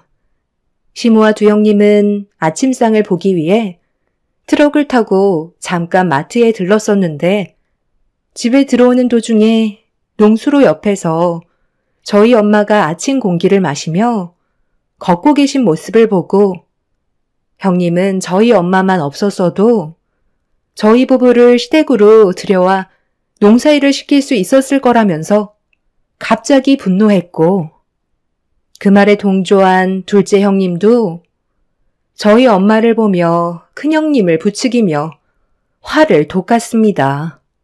그러자 시모는 이런 모든 상황들이 전부 다 저희 엄마 때문에 그런 거라고 탓을 돌리게 되면서 분노를 참지 못한 첫째 형님이 결국 사고를 유발했던 거였네요. 너무 충격적인 일을 저지른 세 사람은 절대로 용서받지 못할 행동들 때문에 법적인 처벌을 면할 수 없었습니다. 그렇게 시댁 집안은 한순간에 무너져 내려버렸고 그날 이후 2번 다시 시댁에 찾아가는 일은 없었네요. 현재 시모와 두영님은 교도소에 있는 상태입니다. 물론 계획적 사건이 아닌 충동적 사건으로 판결이나 형량이 좀 줄어들긴 했지만 자신들이 선택한 행동에 대해서는 책임을 져야겠죠.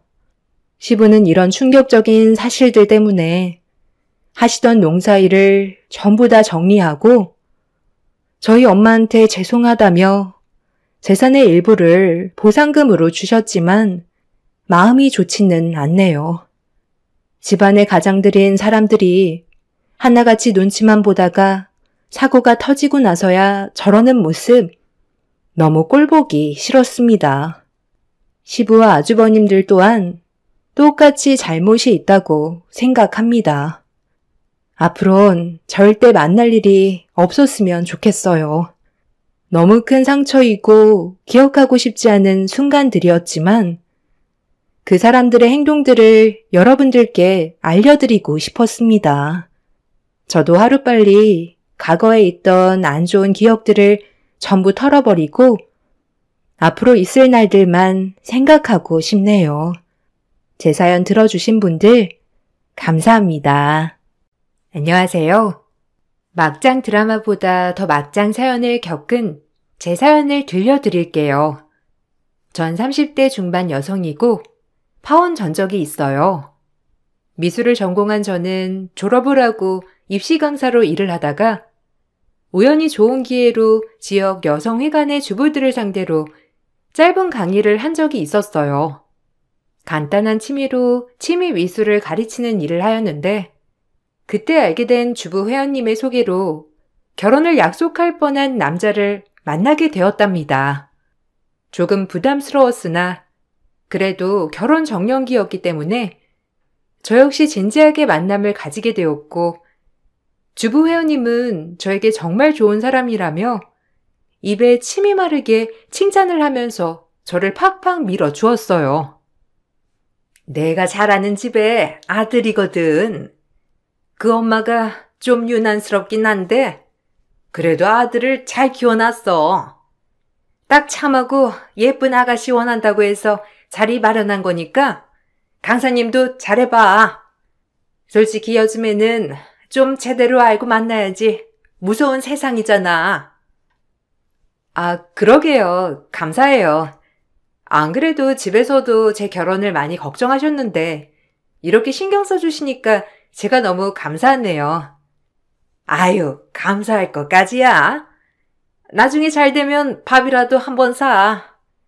그 집 엄마한테 내가 말 잘해놨으니까 잘 만나보라고. 그렇게 예비 남편을 만나게 되었고 예비 남편을 3번 만나고 나서 바로 예비 시모를 만나게 되었답니다. 그 만나게 된 사연 또한 아주 기가 막혔어요. 저희가 데이트를 하러 나왔는데 글쎄 예비 남편을 뒤따라와서 몰래 저희를 지켜보고 있었거든요. 기분도 나쁘고 꺼림칙한 마음이 있었지만 그때까지만 해도 어마어마한 분인 줄 아예 몰랐기 때문에 참을 수 있었어요. 엄마, 뭐예요? 아니, 여기를 어떻게 따라오신 거예요? 아, 진짜 그러지 말라니까. 한두 번도 아니고 이게 뭐예요?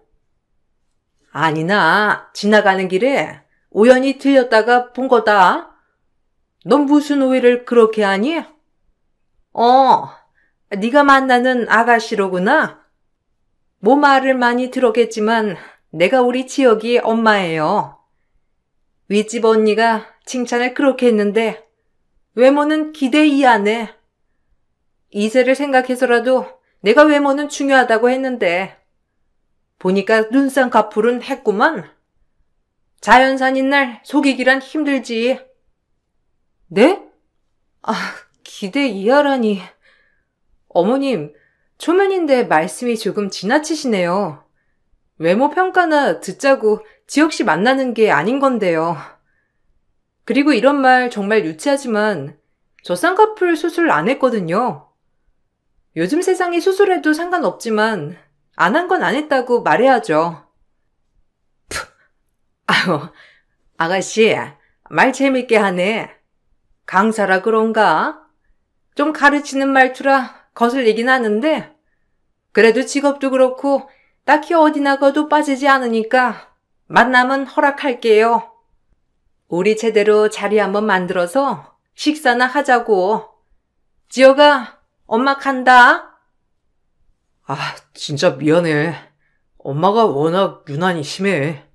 다신 이런 일 없도록 할 거니까 화 풀어. 근데 엄마가 저 정도면 너 진짜 마음에 들어 하신 거야.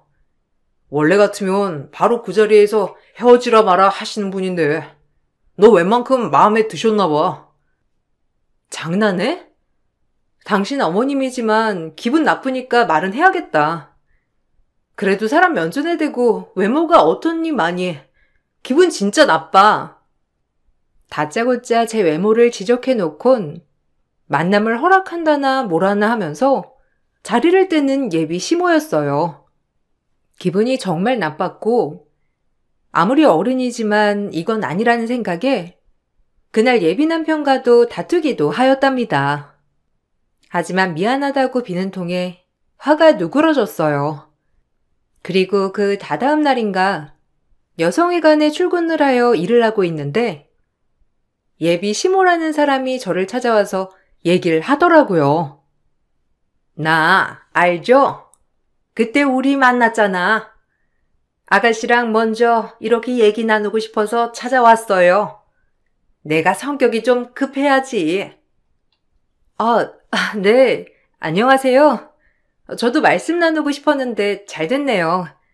저 수업 하나만 하면 끝나거든요. 조금만 기다려주세요. 그럼 나 요 앞 카페에 가 있을 테니까 끝나고 와요. 오늘 옷 입은 착장 내 마음에 쏙 드네. 잘 어울려. 앞으로도 이렇게 입도록. 지난번에 입은 건 내 마음에 전혀 안 들더라. 애도 아니고 유아틱 해가지고 오늘 같은 룩은 아가씨한테도 딱이네. 이따 봐. 또다시 이상한 말을 남기고 예비 시모는 절 기다리겠다고 했고 전 수업을 하는 내내 기분이 좋지 않았습니다. 남자친구와 결혼을 생각하고 있었지만 아직 시어머니도 아닌 예비 시모에게 자꾸 평가받고 있는 것 같아 기분이 별로더라고요. 그렇게 수업을 마치고 카페에 가려는데 남자친구를 소개해주신 주부 회원님이 같이 만나러 가자고 하더라고요. 거리낌 없이 같이 가게 되었고 그렇게 예비 시모 저 남자친구를 소개해준 회원님과 얘기를 나누게 되었어요. 정말 수치스러운 자리였죠. 내가 정말 친한 언니가 괜찮다고 해서 우리 아들 소개해준 거라 허락은 했다만 호구조사가 들어가야 되겠지? 고향은 어디고 뭐 부모님 일하시는 것까지 읊어줄래요? 아무래도 결혼시키기 전에 내가 정확하게 그 집에 대해서 알아야 할 것 같은데 그래, 강사님, 얼른 얘기해드려. 자꾸 나한테 이것저것 묻는 통에 내가 곤란했다니까. 중매도 잘못하면 뺨이 새더라는데 그래도 내가 믿고 소개해준 강사님이 삼류 강사는 아닐 거 아니야. 나도 전부터 궁금했는데 집이 좀 살잖아. 그렇지? 아니요. 저희 집은 평범하고요. 고향은 전라도예요. 그리고 지금은 다 같이 여기로 이사와서 살고 있고요. 제가 미술을 전공했지만 외동이라서 부모님 벌이에 딱 적당한 만큼만 배웠어요. 남들 다 가는 유학은 한 번도 못 가봤고요. 아니, 그래도 하고 다니는 거 보니까 보통은 아니던데. 평범한 집안일 리가 없잖아. 아유, 겸손 안 떨어도 돼. 그래, 뭐 겸손 떠는 거야? 이 언니 말로는 하고 다니는 것도 보통이 아니고 많이 배운 티가 난다던데. 차도 좋은 거 끌고. 대학은 홍익대 나온 건 맞고요. 차 역시 제가 열심히 일해서 뽑은 거예요. 금수저나 이런 건 전혀 아니고요. 아니, 부모님이 뭐 하시는데? 혹시 뭐 학교도 안 나오고 이런 건 아닐 거 아니야? 갑자기 열불이 확 나네. 저희 엄마 초등학교까지만 나오셨고 아빠는 고졸이세요. 아빠는 평범하게 직장 생활하시고 엄마는 지금 소설 쓰시는데 제가 왜 이런 말에 일일이 답변을 해야 하는지 모르겠는데 정말 불쾌하고 언짢네요. 설마 제가 금수저인 줄 알고 소개해 주셨나 본데 잘못 짚으셨어요. 애초에 물어보시지. 굳이 제 배경을 숨길 필요는 없으니까요. 어이가 없어서야 원. 언니, 어떻게 된 거야? 아니, 금수저 딸내미라며? 기가 막혀. 내가 지금 무슨 소리를 들은 건지? 이런 삼류 집안 딸내미를. 삼류 집안이요? 저기요, 말은 바로 하셔야죠. 지금 사람 면전에 대고 이런 말씀하시는 것 자체가 삼류 인성 아닌가요? 그리고 오해하셔서 어이가 없으신가 본데 저 역시 이렇게 평가받고 절 오해하셔서 소개해줬다고 하니 더 어이가 없네요. 절 소개해준 분과 예비 시모란 사람은 제 말에 귀가 찼는지 아무 말도 없으셨고 정말 기분이 나빴습니다. 묘지는 제가 금수저 집안의 딸인 줄 알고 소개를 시켜준 것이었고 그것을 진짜 확인하기 위해 이 자리를 마련했다는 것이었으니까요. 저 역시 기분이 정말 나빴지만 예비 시모는 절 소개해준 회원님에게 득달같이 따져댔고 회원님 또한 얼굴을 붉히더라고요. 네가 왜 어이가 없어? 지금 내가 더 어이가 없을 판이야. 아니, 금수저 딸내미인 줄 알았는데 엄마는 초졸에 아빠는 고졸? 더 이상 말할 것도 없어. 그리고 너네 엄마가 소설을 쓴다고? 뭐 작가라도 된다는 거냐? 어디 이름 있는 작품 말해봐. 저희 엄마 아직은 내로라 할 작품은 없으시지만 그래도 꾸준히 글 쓰시고 계시고 나름 소소하게 행복을 찾고 계시는 분이시거든요. 왜 그렇게 비웃는 건진 모르겠지만 정말 기분이 나쁘네요. 그러면 지역 시내는 얼마나 대단하길래 이러시나요? 너희 집보단 대단하거든? 그런 집안의 딸이라면 우리 지역이랑 당장 헤어져. 본데 없는 건 티가 어딘가에 나는 법이야. 아유, 강사님 완전 흙수저였네. 그것도 모르고 내가 우리 지역엄마한테 실수했어. 미안해, 지역엄마. 더 잘 알아볼걸.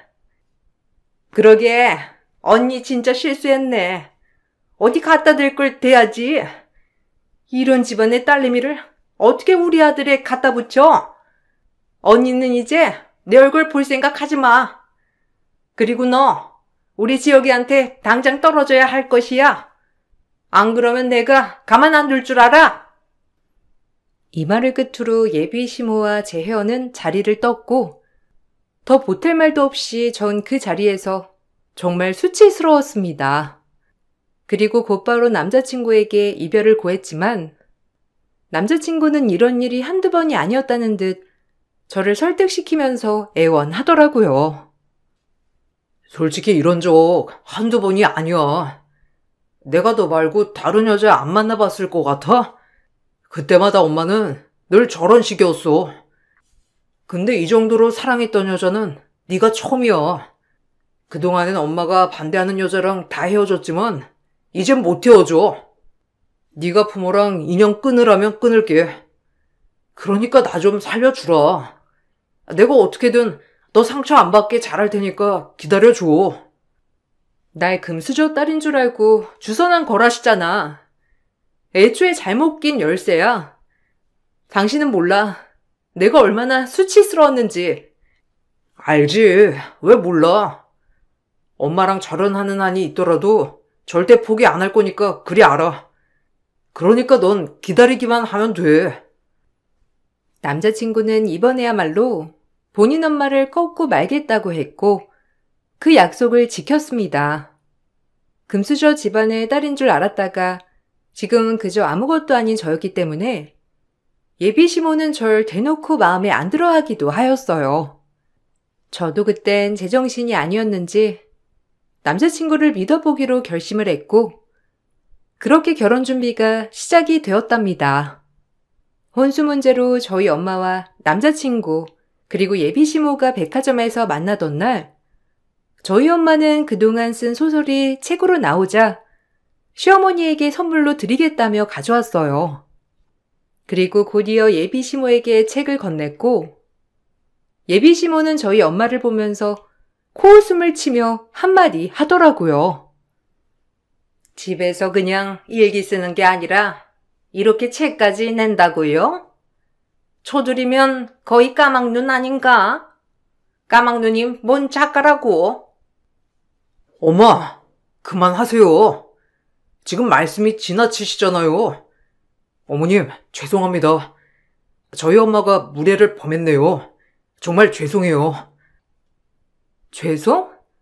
너 이따위로 하려고 네 엄마 설득한다고 했니? 저기요 아줌마, 사람 잘못 봤어요. 뭐 얼마나 대단한 집안이길래 이렇게 저희 엄마를 개무시하는지 모르겠는데 아무것도 안 하면서 이리저리 아들 여자친구 뒤나 캐고 다니는 당신보다 훨씬 멋진 사람이거든요? 말 함부로 하지 마요. 초졸이라서 까막눈이라고? 당신같이 사리분별 못하는 사람이 까막눈이겠지. 엄마, 가자. 너 그렇게 발끈하는 거? 얼마나 너희 엄마랑 너한테 자신이 없으면 그렇게 발끈하겠니? 솔직히 어디 가서 작가라고 하고 다니지 말아라. 박사, 석사 작가들이 줄을 섰는데 어디서 초졸 작가가 명함을 내밀어? 글만 쓰면 다 작가냐? 우리 딸이 결혼할 사람이라고 해서 최대한의 예의를 지키려고 했는데 정말 아드님이 뭘 배울지 걱정이네요. 그리고 내가 이런 집안인 거 알았으면 애초에 이 자리에 안 나오고 당장 파투 내버리는 건데 내 금 같은 시간이 아깝네요. 다신 보는 일 없도록 하죠. 그쪽 집이 얼마나 대단한 집인 줄 모르겠으나 사람을 그렇게 배경으로 판단하면 안 되는 거예요. 참 못 배우셨네요. 어디서 초졸이 나한테 못 배웠대? 지혁이 너, 이 사람이 얘기하는 거 들었지?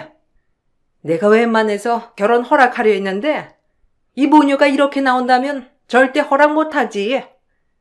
지네가 파투 내는 거니까 난 받아들이는 거야. 지혁이 너, 나 원망하지 마. 엄마 진짜 너무하시네요. 내가 다시 전화할게. 미안해. 어머님, 정말 죄송합니다. 면목 없어요. 제가 나중에 찾아뵐게요. 지혁군한텐 미안한데 자네 엄마니까 자네도 책임을 져야지. 다신 내 딸 만나지도 말고 나 찾아오지도 말아줬으면 해.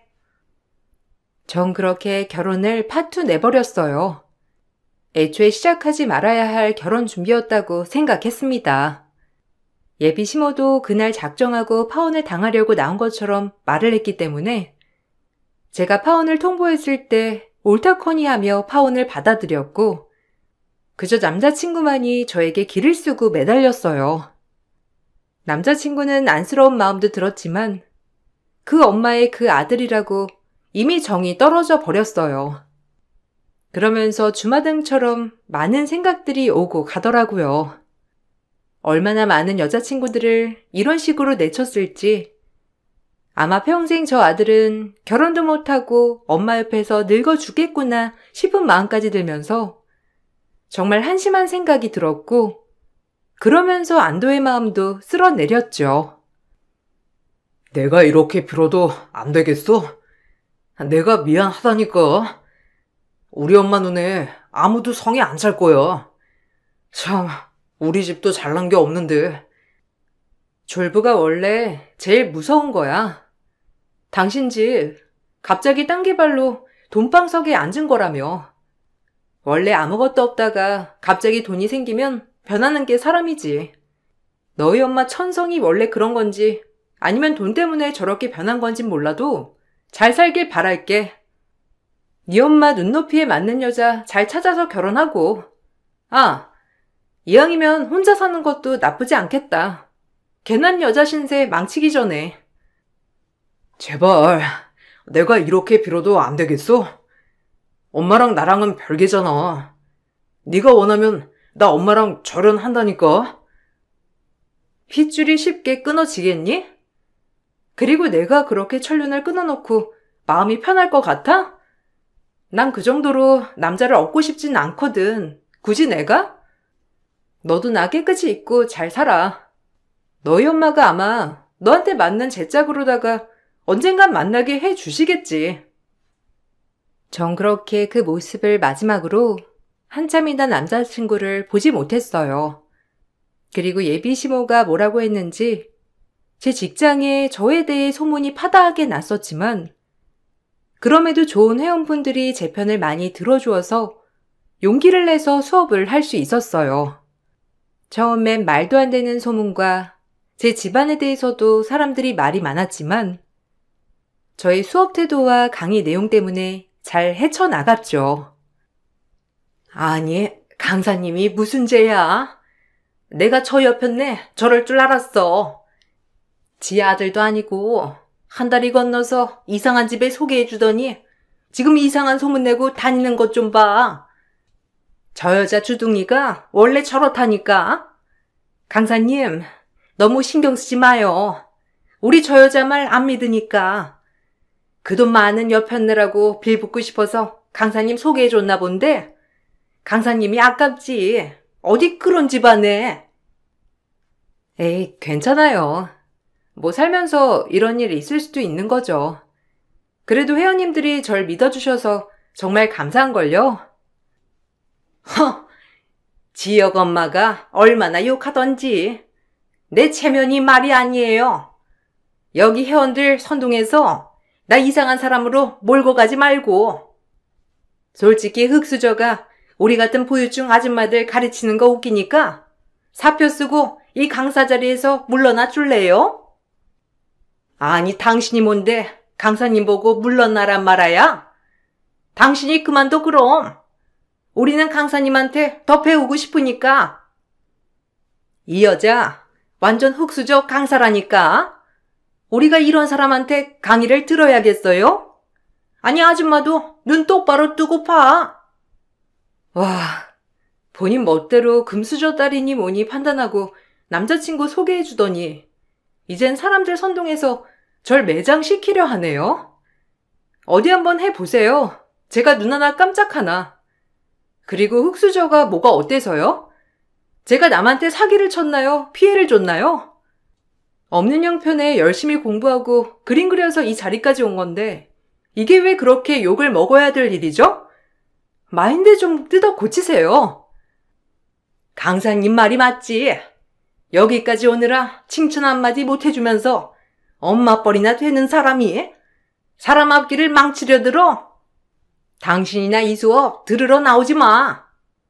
아줌마들 사이에서 물 흐르고 아주 못돼 처먹었다니까. 강사님, 저 여자 신경 쓰지도 마세요. 그렇게 한동안 일자리에서도 말이 많았지만 전 꿋꿋이 제 자리를 지켰습니다. 전 정말 잘못한 게 없다고 생각했었고 다행히 절 많이 지지해주던 회원님들이 많았기 때문에 그 다음 학기까지 수업을 할 수 있었어요. 그러면서 문득 강의가 아닌 제가 진짜 좋아했던 그림을 다시 그려보고 싶다는 생각도 하게 되었답니다. 이제는 제가 원하는 인생을 살고 싶었거든요. 그리고 몇 년이 흘렀고 저의 상황은 많이 바뀌어 있었어요. 저희 엄마 또한 본인의 위치에서 최선을 다했기 때문에 드디어 베스트셀러 작가가 된 것이었죠. 베스트셀러 작가가 되었기 때문인지 글을 쓰는 족족 대박이 나기도 하더라고요. 엄마가 이렇게 해낼 줄 알았다니까. 역시 우리 엄마야. 정말 멋져. 꿈을 잃지 않고 이렇게 힘내줘서 고마워. 너랑 아빠 덕분이지. 솔직히 내가 이렇게 마음 편하게 글을 쓸 수 있는 게 얼마나 복인 거니. 고마워 정말. 당신이 잘 쓴 건데 뭐. 그래도 이렇게 빛을 발하니까 너무 좋다.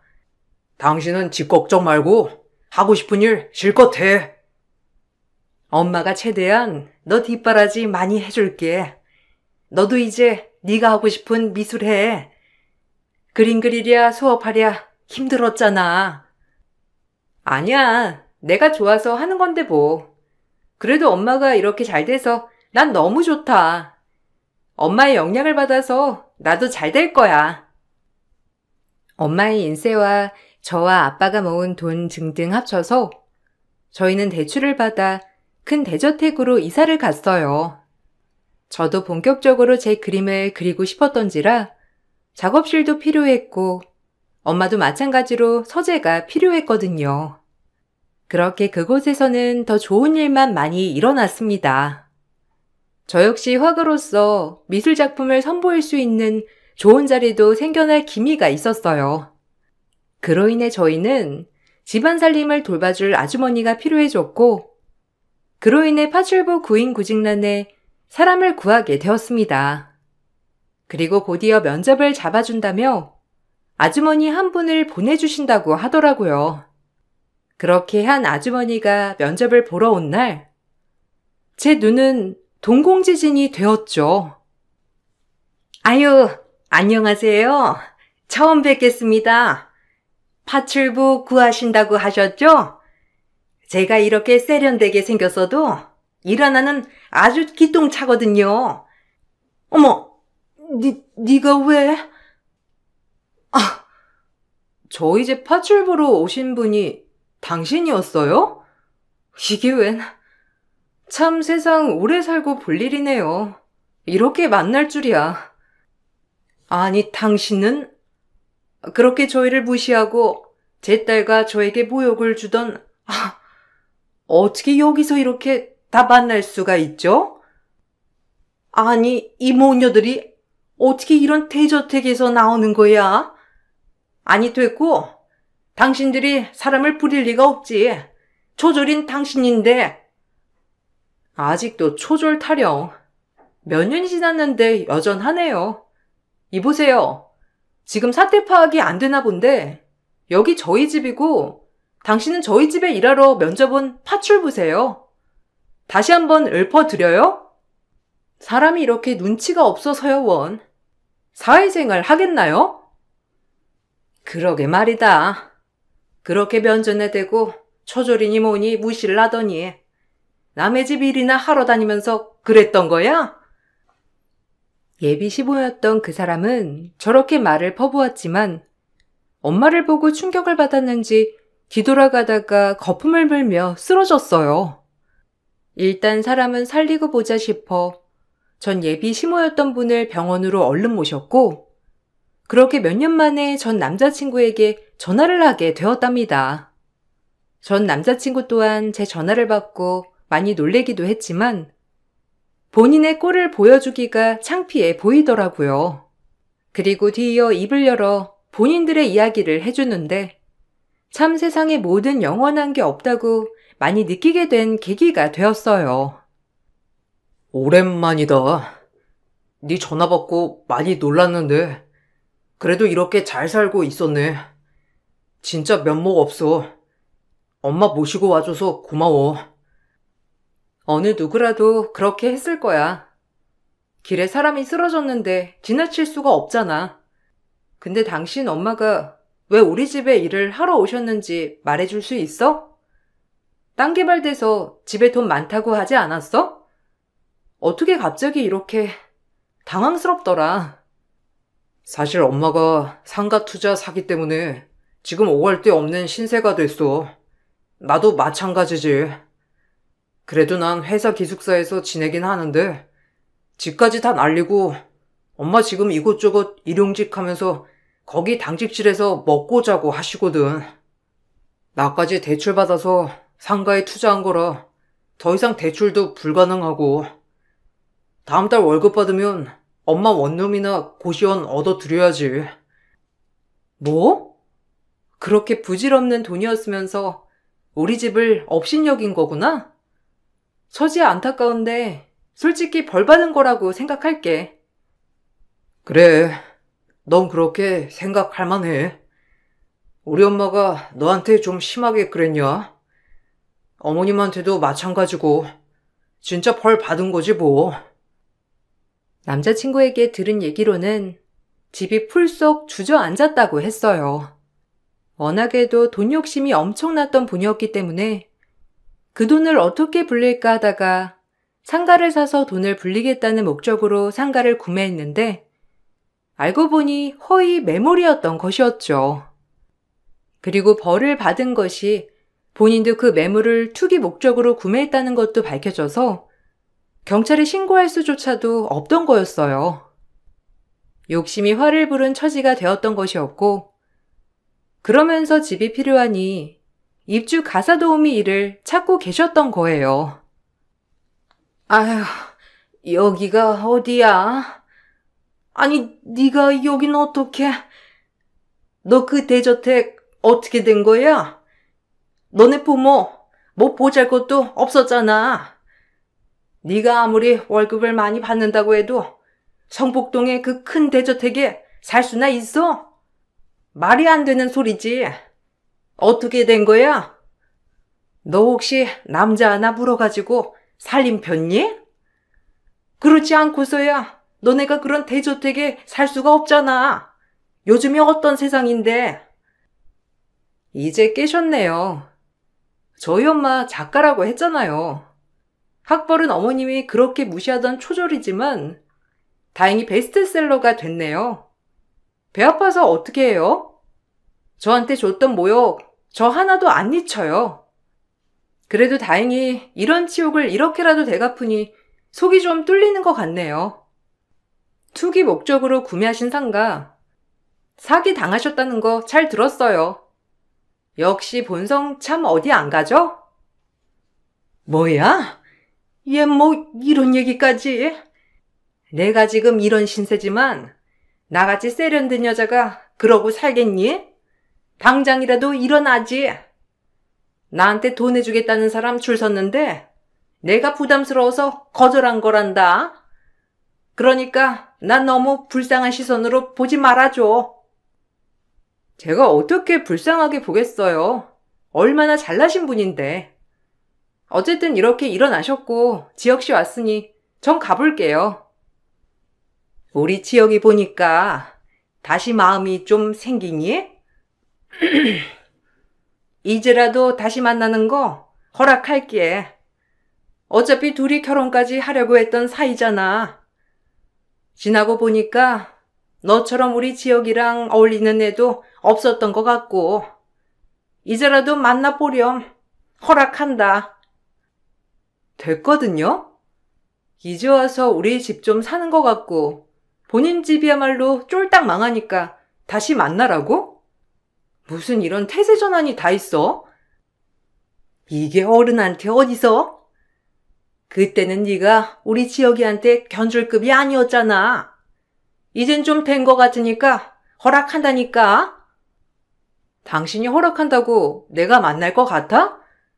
이제 그쪽 집안이 우리 집에 견줄급이 안 되잖아요.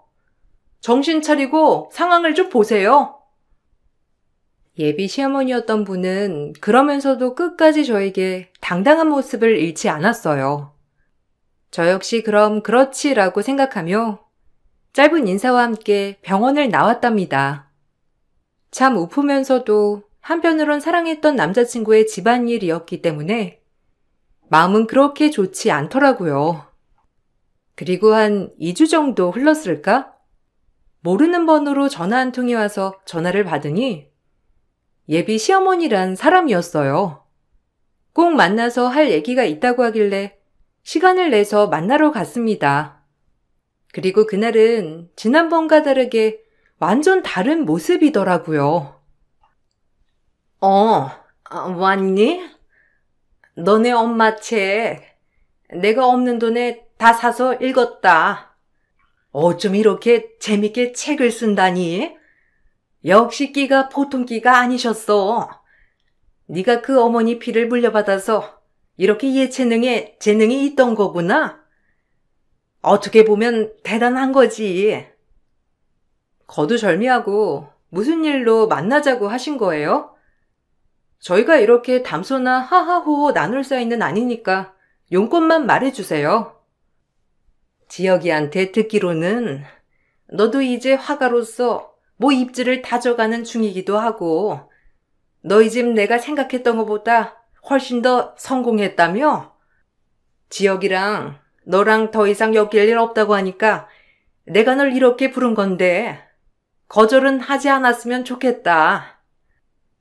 네, 보시다시피 그렇네요. 그리고 그때 결혼했으면 아마 전 화가로서 제 꿈을 펼치지도 못했을 거라 정말 다행이죠. 알겠어, 네 얘기는. 저기, 나 돈 좀 꺼줄래? 그래, 내가 너한테 모질게 했다는 거 인정하마. 다 사과할게. 그러니까 그냥 네가 꺼줄 수 있는 선에서 나 돈 좀 해줘라. 그래도 한때는 시어머니와 며느리 될 사이일 뻔했는데 이 정도는 해줄 수 있잖아.